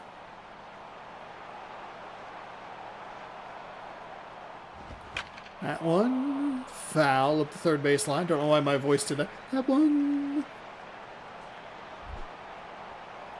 So a full count with 2 gone. Seattle in a good position thanks to some aggressive base running by Colorado. I didn't even finish my sentence. The payoff pitch is absolutely annihilated. Absolutely annihilated. That honestly looks like the pitch that he threw. It's a majestic 374 feet as we see Seahawks Stadium in the background. That looked like almost the exact location of the pitch that was a 3-run bomb to Toronto that lost them the game. I was in the middle of saying they're in position, thanks to the base running aggressiveness, of getting out of this with only giving up 1 run. And I got halfway through that sentence before he annihilated one. Oh my gosh, that looks like it's so far behind him. Live like 3 hours north of San Francisco. On the coast, right by the beach. Ocean's warm enough that it keeps the temperature from freezing in the particular... That sounds awesome. If you got a cool place to live down there, just let me know. DM me, I'll come hang out. Brett Gardner will lead off the left fielder. Kurt Suzuki behind him. The catcher, Ichiro in right field. Aramis Ramirez at third. Travis Hafner is the first baseman. Brett Wallace, the DH. Reed Brignac is the shortstop. I can't read his name. I have to close my eyes and think about him. Ian Kinsler is at second base, and Melky Cabrera at center field. Ocean is still cold. Still cold to go into, though. Oh, I need a wetsuit. I was wondering about that. Aaron Harang, 2-2 with a 4.26 ERA. He has 5 games, or 5 starts, I should say. Can you... How far... Why am I so far back? 2-2 with a 4.26 ERA, 5 starts, 12.2 innings pitched, 17 hits, 6 and 4 walks and strikeouts.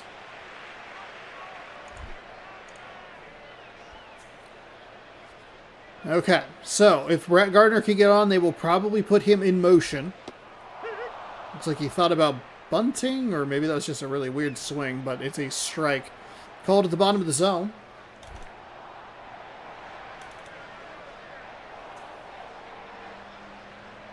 Oh, and 1. That will be hit right up the middle. Okay. Gardner with a leadoff single. Kurt Suzuki has a solo, or has 1 home run, I should say. Does have 6 RBI. Very interested to see if they put Gardner in motion. Gets back safe.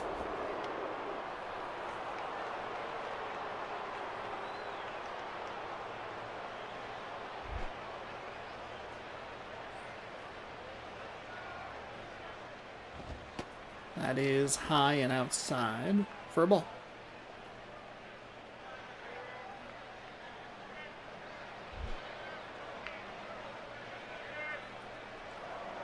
And they are going to try. I don't think you should yell out, "Watch the DP," in the stadium. I don't... You could just say double play. DP means something different to other people. All right? You read a few too many romance novels and you start going, oh.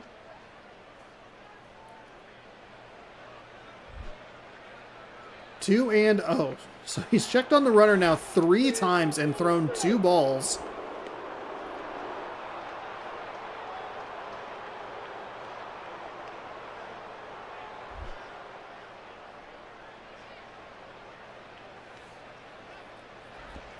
That is low. 3 and 0. So Suzuki's had to be extra patient in this at-bat because he has thrown over to check on first 3 times now. Does he go? No, he goes toward the batter. They do not put him in motion, which I guess I can understand.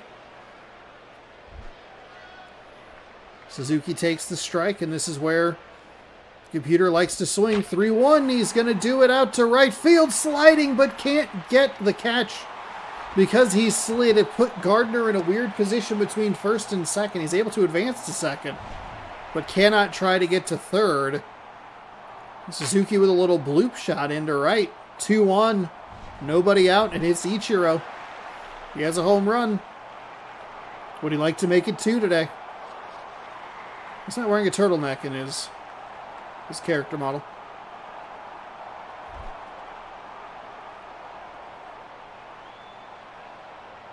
All right, thank you for stopping by.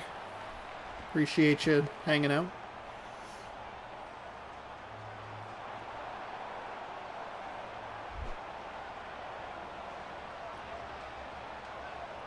Ichiro takes a ball.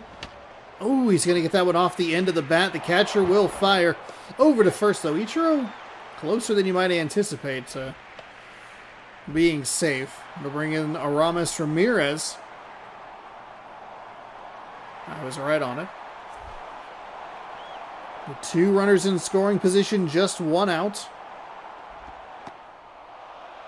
And a strike for pitch number 1.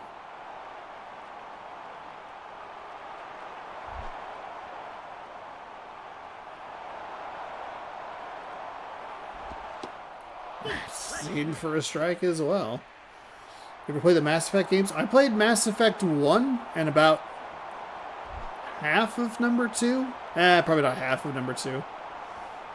I think this time last year I was playing the Mass Effect games. Okay, everyone, chat be cool. I did not miss a call from my own mother.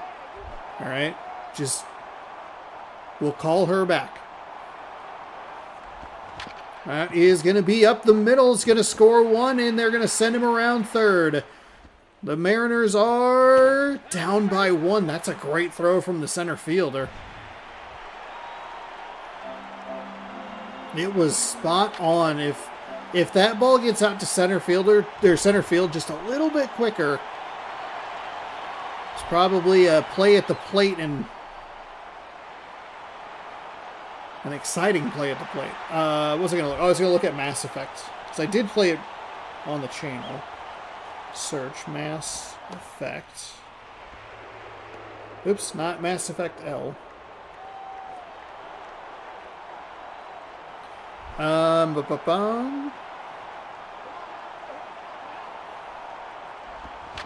Mom's watching the stream. I'd be shocked if she was watching the stream. Yeah, I completed Mass Effect 1, and then I played about 4 parts of Mass Effect 2, but I accidentally played one of the DLCs. So, there's a full playthrough of Mass Effect 1 on the channel. That's going to bounce past the shortstop, and this is going to tie the game. So the Mariners strike back.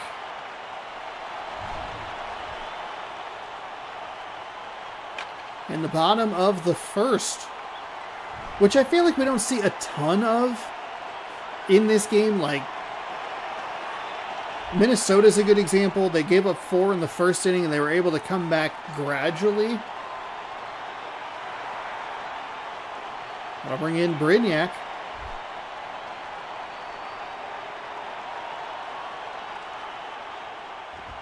That one's inside for a ball.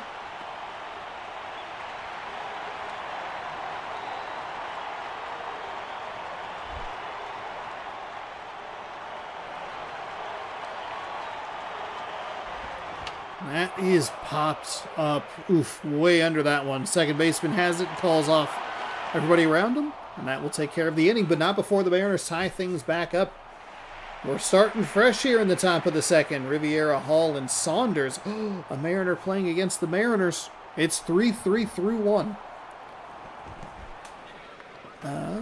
Mass Effect together, Legendary Edition 1, 2, and 3 remaster with all the DLC for $15. I have that. Ooh. But I'd have to play it on Xbox One. I have the disc-based version, but I think I was playing it through EA Play. On sale on the PlayStation Store. Nice. It is part of EA Play as well, I believe. But $15 for that is a very, very good deal. I played through it on Xbox Series when I was playing it. First one was real good. And the second one, for whatever reason, didn't quite capture my attention as well as the first one did.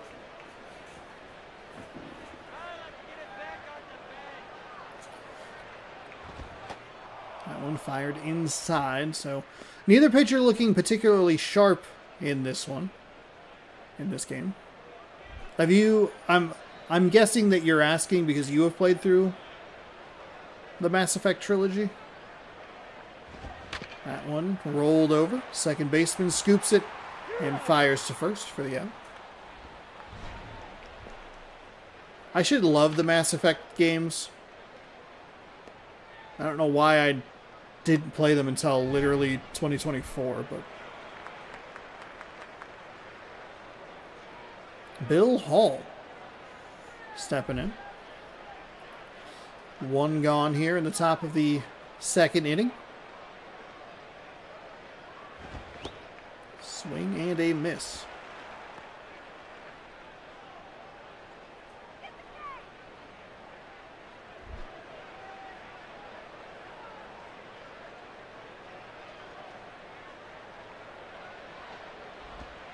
That one well outside.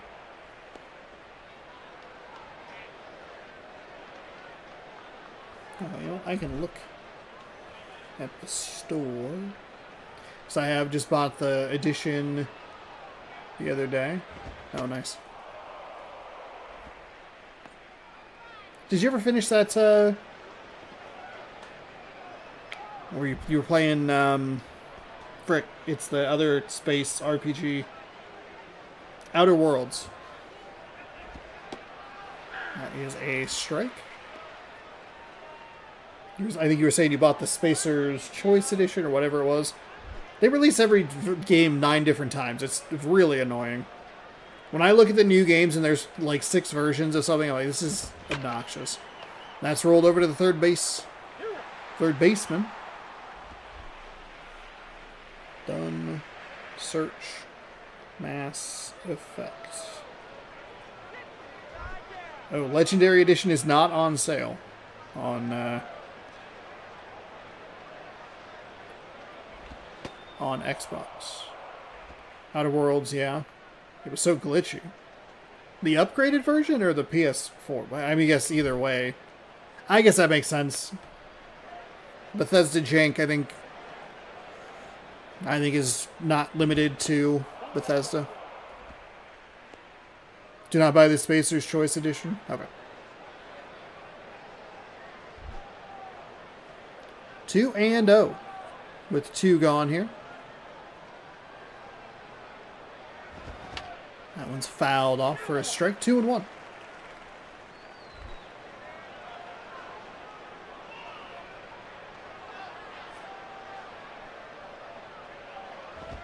That one is low and outside, so it makes it 3-1 to the left-handed hitter.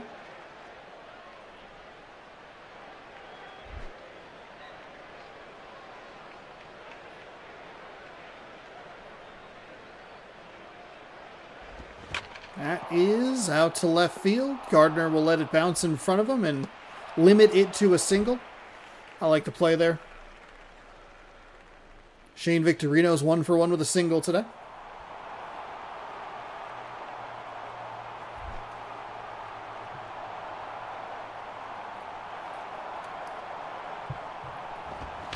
That one's going to be rolled over. Shortstop picks it up, underhands it to second. And that is out number 3. He upgraded on version PS5. The Reddit said the new graphics glitch it too much. They all recommended just getting the original version. Wow. Ian Kinsler. So we're in the bottom of the second now. Still 3-3. Kinsler up to bat. He'll take ball 1. Mass Effect runs fine. I looked into it first time. Yeah, Mass Effect looked ran really solid.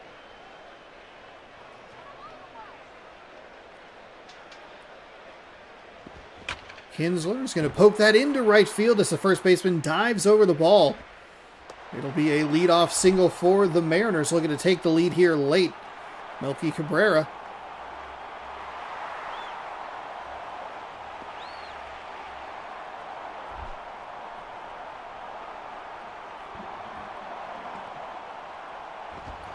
Oh, Cabrera with a bad first out under that one. Just barely got a piece of it. Hoping it goes foul, but it stays fair, and it stays in a playable area. And that is out number 1, Brett Gardner. Dirty boy Brett Gardner, because he had to dive back to the first base bag about 4 times last time he made it on base. He'll check on the runner again. Safe. I believe we now have 3 ejections and still 0 successful pickoff attempts.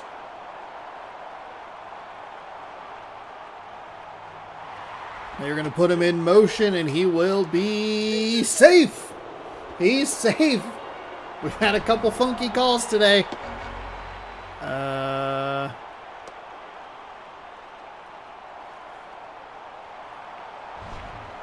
right, so the Mariners put the go-ahead run in scoring position and eliminate the double play all in one fell swoop. That was such a bad angle for us to on that replay.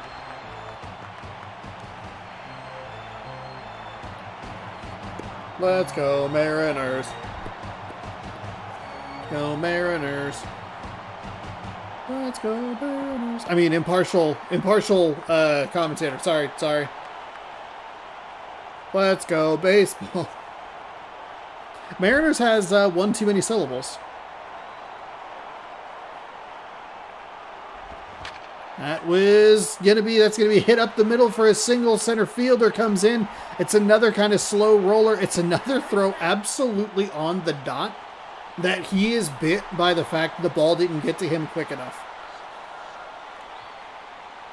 He's had 2 great throws from center field, and he has not been able to get outs. That is not on him. Sir, you were doing an incredible job out there. I tip my hat. My non-existent hat. It's 1-0 as the Mariners take a 4-3 lead here in the bottom of the second. 1 gone, and Gardner on first. The steal with Kinsler works, puts him into scoring position, and allows it to come around on the Gardner hit. See if they put Gardner in motion as well. So that misses low and outside. He checked on Gardner 3 times before getting to a 3-0 count last time. This time he just throws 3 balls to Suzuki. And a 4-pitch walk will bring up Ichiro. He's 0 for 1 on the day. He did advance the runners to second and third, so it was a productive out. In your opinion, by the way, both these teams lead their divisions this particular season, Tim. That is true. That's a great point. I was going to ask you what your favorite Mass Effect game was, by the way. I meant to ask that earlier, but then I got distracted with the Outer Worlds. 0-1. I think Ichiro took a pitch in that same spot, tries the bunt, but can't pull it back in time. Strike 2. Probably was ball number 1, but didn't get the bat back.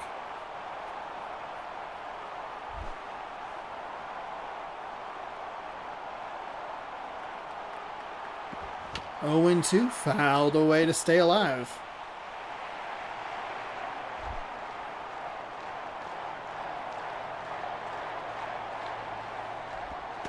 And that is a pitch out. Outside for another ball. So it's 1-2 to Ichiro. 1 gone. That's going to get away from the pitcher, and both runners will advance into scoring position. So an excellent opportunity here for Seattle in the bottom half of the second to get an insurance run or 2. Ichiro with a big swing and a miss, and he will be set down for out number 2.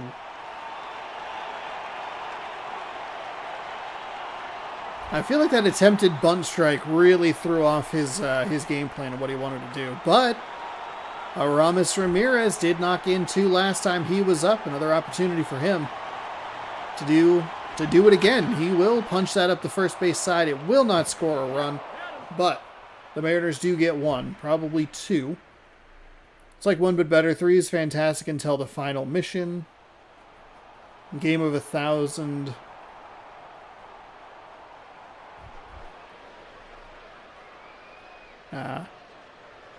Yeah, but then they fixed it or whatever. It was never going to be, every choice wasn't ever going to matter. It's too much permeation. In for a strike.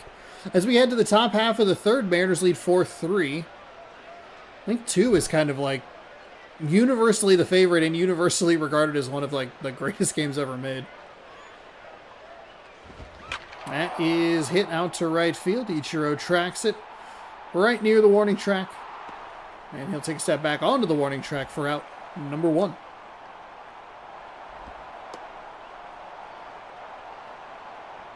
Maybe I'll re-download Mass Effect 2 and I'll try to get back into it. I just wonder if I tried to play it too close to 1 and I needed like a little bit more time between the 2 games.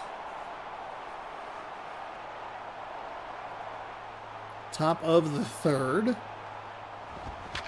And that is tossed over to first. Pitcher covers nicely, and that is out number 2. A quick 2 outs for the Colorado Rockies. And the replay looks a lot better than it does in real time. It always looks like that ball is about 3 feet behind the person covering the base. Carlos Pena with a sac fly. He is the last chance for the Colorado Rockies in this one.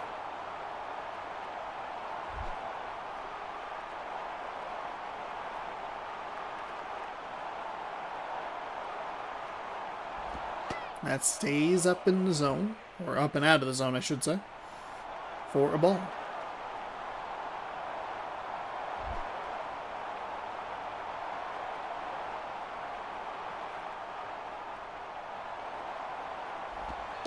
That is low outside. Either way, it's a ball. 2-0.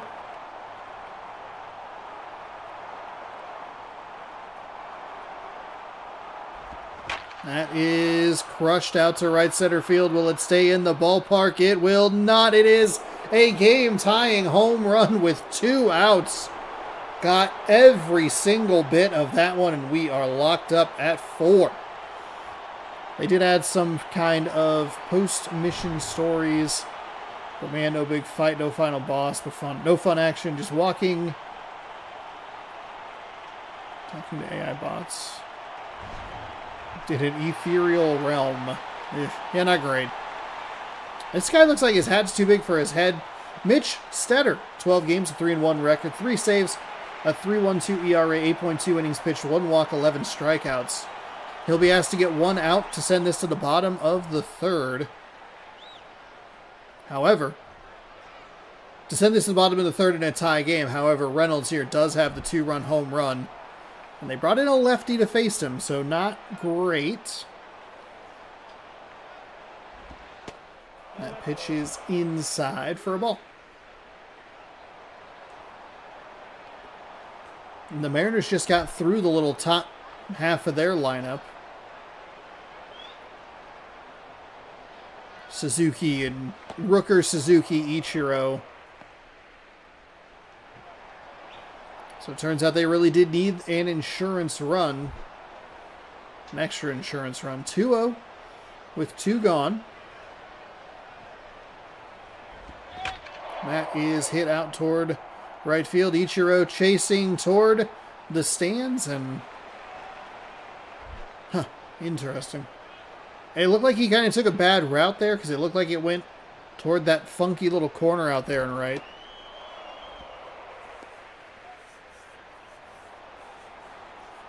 That could just be the angle of our...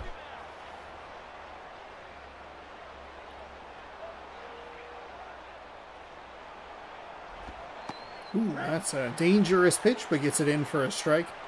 Andromeda's cool. People just hated it because no Shepherd. I kind of thought about actually just playing that one first. It's like, I have no connection to any of this universe. And it's a walk. That pitch misses outside. But alas, I played Mass Effect 1, so whatever. But if I were to continue, I would play Andromeda.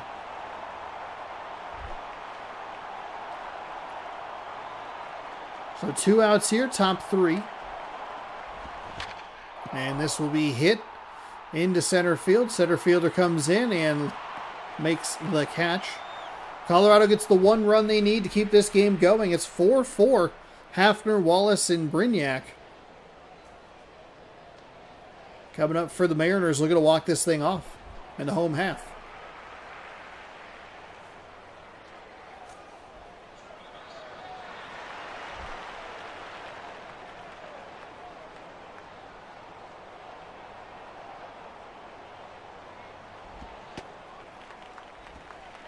Cleanest gameplay in Andromeda.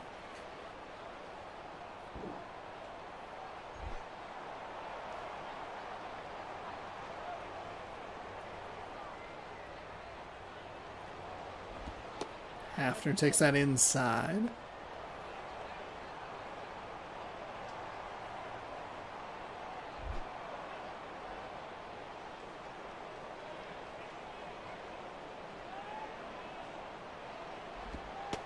And that'll be a strike.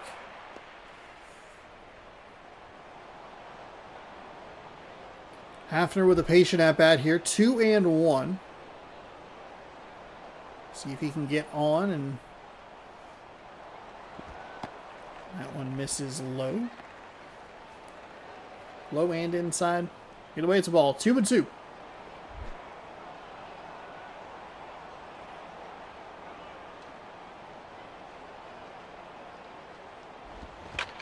Hafner pulls that up the first base line. Oh, if he can just keep that inside the first base. Be a big swing to get things going here in the home half. Full count. And Hafner takes a walk. That'll bring in Brett Wallace. He's 1 for 1 with a single and is knocked in a run today. Batting .400 on the season. Has some home runs to go along with it. He will ground that out to right field, And they will throw into third. Where we've seen a couple overthrows in this season. We saw one in the Dodgers and Twins game where they went to third and just completely yeeted it into the camera well. And we saw that in the Yankees game too. Jensen Lewis has a 1-1 record in 2 games. No saves, a 15.43 ERA. 2.1 innings pitched, no walks, no strikeouts. Yikes. I don't think this is the guy you want in this situation. Reed Brignac steps in. It's the little lefty lane for the Mariners that actually came through in Detroit a few weeks back. Now they have an opportunity to come through yet again. That is a strike at the knees. 0-1.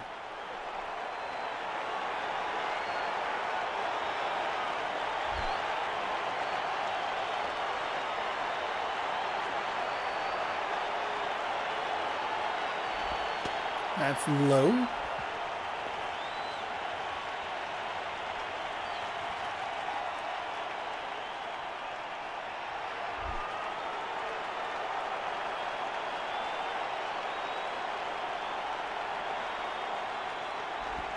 That is low as well. The winning run at second base. And there is nobody out. So a lot of ways to get him around.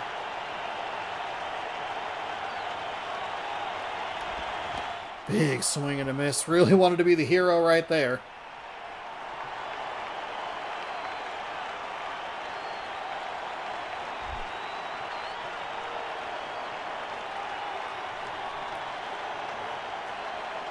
Here comes the 2-2. And swung on and missed under that one. It looked like a pitch where you're anticipating it to drop just a little bit more.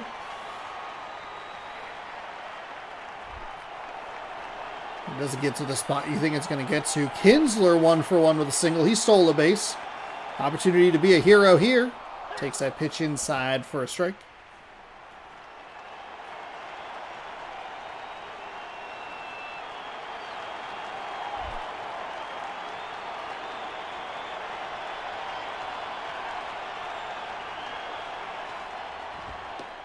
Ooh, that's in for a strike as well. Wow. Couple of dots on the inside part of the plate to Kinsler, who's now behind 0-2. 2 on with 1 out. Boy, if it comes down to this center fielder again not being able to make a throw because the ball gets to him too slowly, that one's low. That is a good take from Kinsler. Maybe a bold take is a better way to frame it.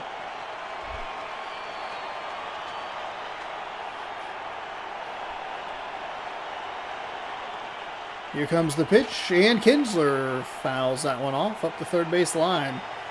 We'll do it again, 1-2.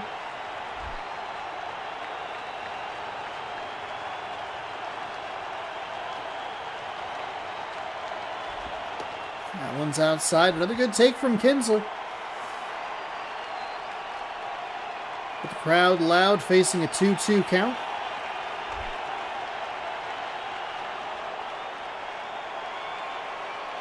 The righty's ready. He'll wind and fire. Kinsler fouls that one off to stay alive.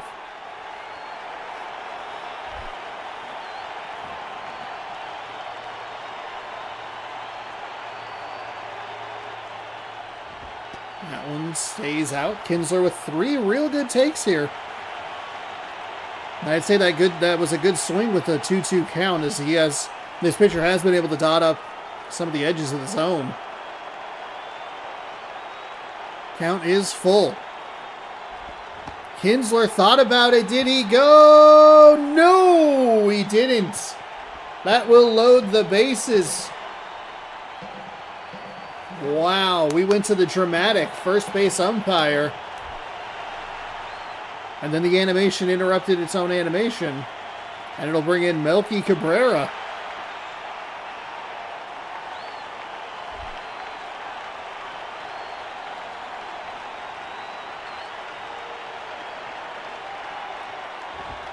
Cabrera, first pitch, takes a strike, 0-1.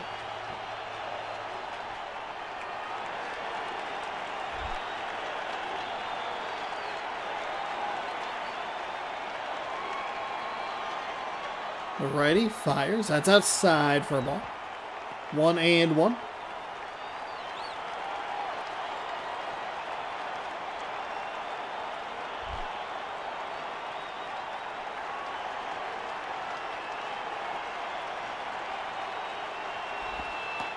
That gets the bottom of the zone. It's a nice pitch. Probably caught a little bit more of the plate than he was looking for it to catch, but it's a strike either way. 1-2. Cabrera is going to drive that off the shortstop. It's going to win the game. It is a game-winning single from Melky Cabrera. It's a nice effort by the shortstop, but just couldn't get the ball in his glove. It was going to be tough to turn 2. But Cabrera walks it off. And the Mariners beat the Rockies.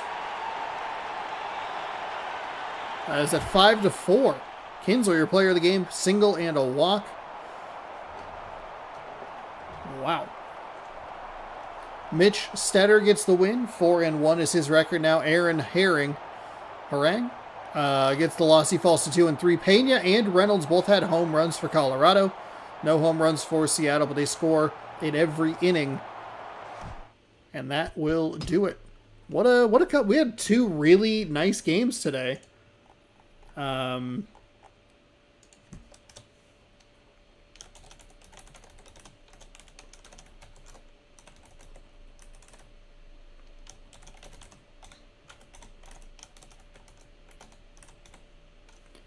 Between the Mariners sweep that series.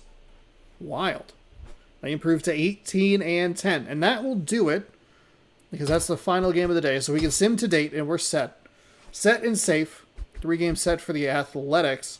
coming up for the Mariners. Since we are through the first game, or the first month of the season, and every team is through a full series here in the...